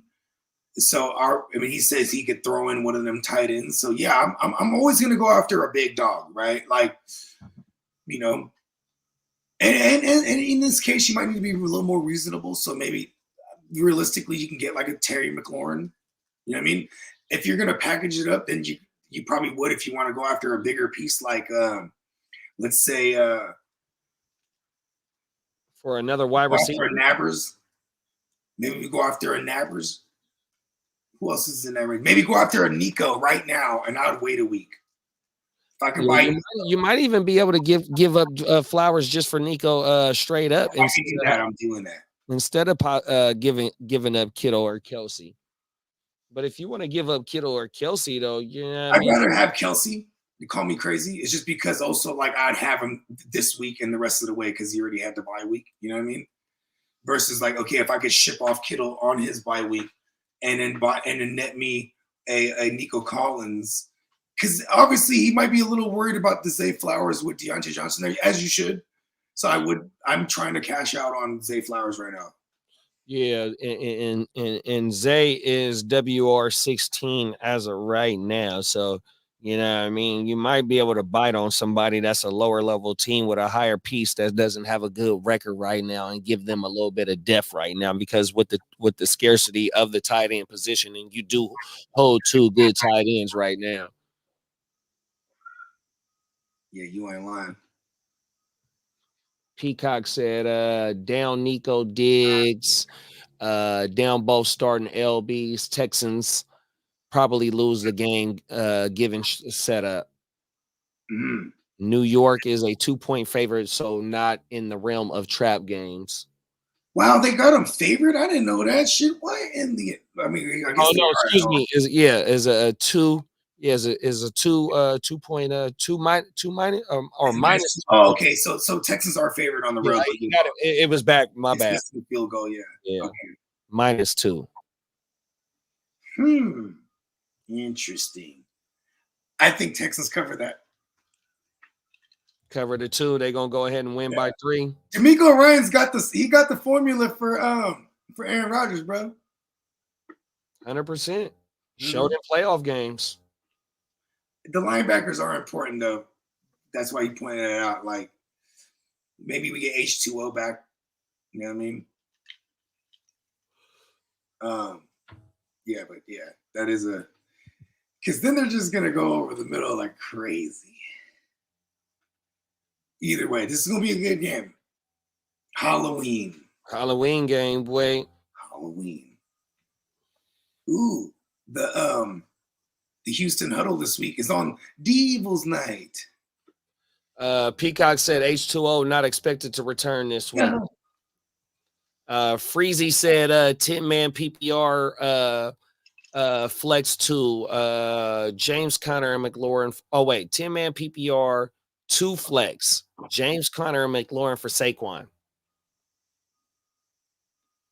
I like James Conner and McLaurin. For the sake of getting a guy like Saquon and you have him the rest of the way because he already had his bye week. Okay, I get that. And it is the 10-man, so that means he's probably fairly stacked. So this is kind of what you do, tier up. But I like having a piece. I like having the number one option for JD, a Commander JD5, and James Conner's a dog. Yeah, so you're saying stay put. Mm-hmm. Stay put. Saquon, I get it. It's a 10 team, so that is kind of the rule. Consolidate up, but depth, man. People dying left and right. You know what I mean? The depth is what's going to get you championships this year. You know what I mean? So I haven't really, and you know me, I'm the biggest advocate for doing the 2-for-1s and being the guy that's sending the 2 and consolidating down and just running the risk of having no depth. You know, Peacock. He said H2O is expected to return. My bad, Peacock. Yeah. My bad, bro. Throw the sunglasses. He's gonna have the sunglasses on under the helmet. Come on now. He's cool, as they say in Northern Cali. The stunners. He was cooming with the stunners. Tino said -2 is a pick and might as well take the money line, get the juice. All in one show say, what about St. Brown for Jacobs and Flowers? I don't want it. I do. If I'm trading Jacobs and Flowers, give me St. Brown. Where's his? Oh, hold on. Are we sending St. Brown? Because if I'm getting St. Brown, I'm probably doing that. You know what I mean? Because he said he got trade Flowers and could possibly package Kittle and Kelsey. So I thought he has Flowers. Yeah. Let's go get St. Brown. If Flowers is on his team and he can give up Jacobs and Flowers for St. Brown, yeah. I don't know if that's what it is. Let me go grab something real quick. Yeah. Yeah.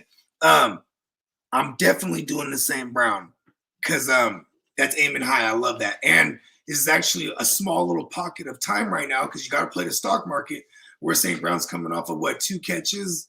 Yeah, one of them is a touchdown, but it's like, there might be a little bit of annoyance there and someone can go and get net them a Jake. You might even be able to just do Jacob straight up. I ain't gonna lie. 100%. But yeah, I'm in a 10 team. The classic bogey move is to consolidate up, and that would be, it would be getting St. Brown. I'll be right back. I should probably not give gambling advice this season. hey, you finna break that streak this week, big bruh. Lee said he laughing. What I miss about y'all talking about the Texans? Just the game in general. H2O and them linebackers having to face Aaron Rodgers. What he's gonna be able to bring to the table. Let me see. Let me go back through the comments. Should I? Was it the Garrett Wilson that brought it up? No.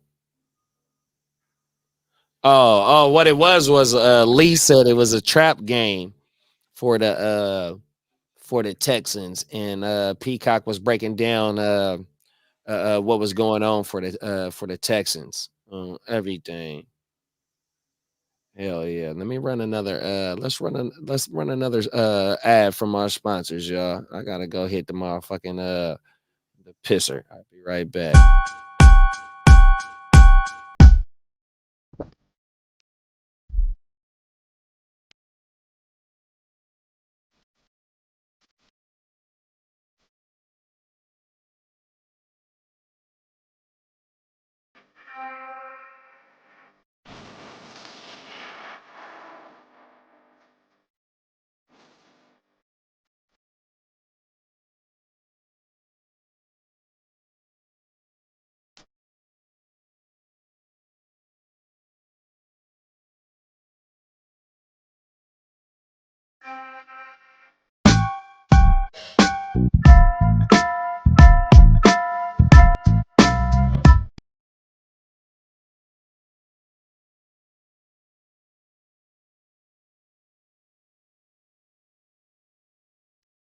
Yes, sir. Yes, sir. NeonPeacockMerch.com. Y'all know what time it is. Go ahead and go slide over there. Enter your email. Get locked in, man. Find out what he got cooking up over there, man. Get whatever you want. He'll be able to cook that shit up for you, man. Just stay tapped in with Big Bro, man. 100%. I like betting the Texans this week. Watch my gamblers move that line too. Move the line to -4. All money going on the Texans. Feet's on next. Go ahead and end New York's season, huh? Everything. Pick you up at 2. Oh, everything. Come on, man. But yeah, though, man. We're gonna get this shit cooked up for y'all about that giveaway, man. 100%. We gotta get the just a whole little like type like promo for that motherfucker and with the links and all that shit. That way it make it a whole lot easier for everybody to get entered to that motherfucker, man. Oh my mama. My bad, I'm over here. I don't want to put the medicine on camera. New York got a lot of gamblers. You damn right. That's why that is that shit is the FanDuel and all that the you know how you can bet the games and all that shit. Is that shit legal? Because over here, you know, that shit ain't legal with the FanDuel and all that bullshit. DraftKings. Is New York one of them states you could do that shit in?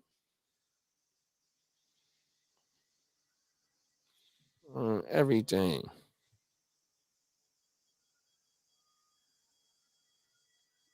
One of the reasons why they don't want to let us do it because the Indian casinos and the other casinos, they don't want that shit.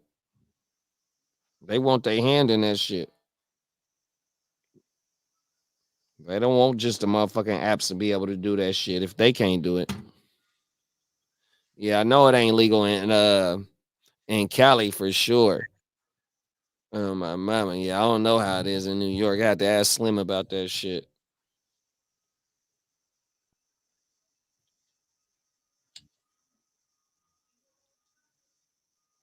Oh yeah. Oh my mama. Let me see what else we got. Let me look on this good. What else? Dallas and Atlanta, Miami, Buffalo, Vegas, Cincinnati. That's a game of desperation right there. That Vegas, Cincinnati. Both of them teams, boy, terrible. Everything. Week 9. Like Bogey said, the checkpoint is here 100%. It's time to really start sending out them offers and making reshaping your team if you need to. If you're the number 1 team in your league, what type of moves is you making? Everything.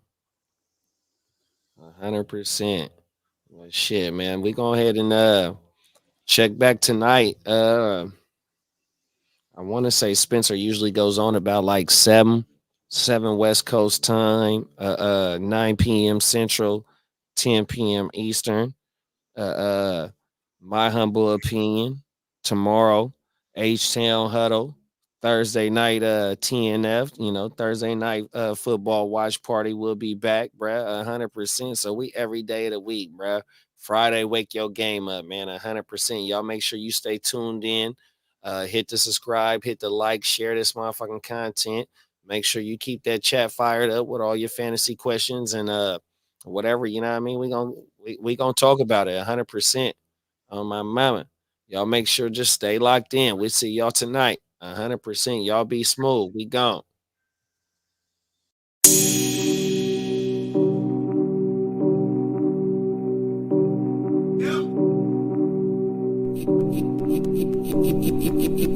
Eureka. We make plays every day, yeah. We make plays every day.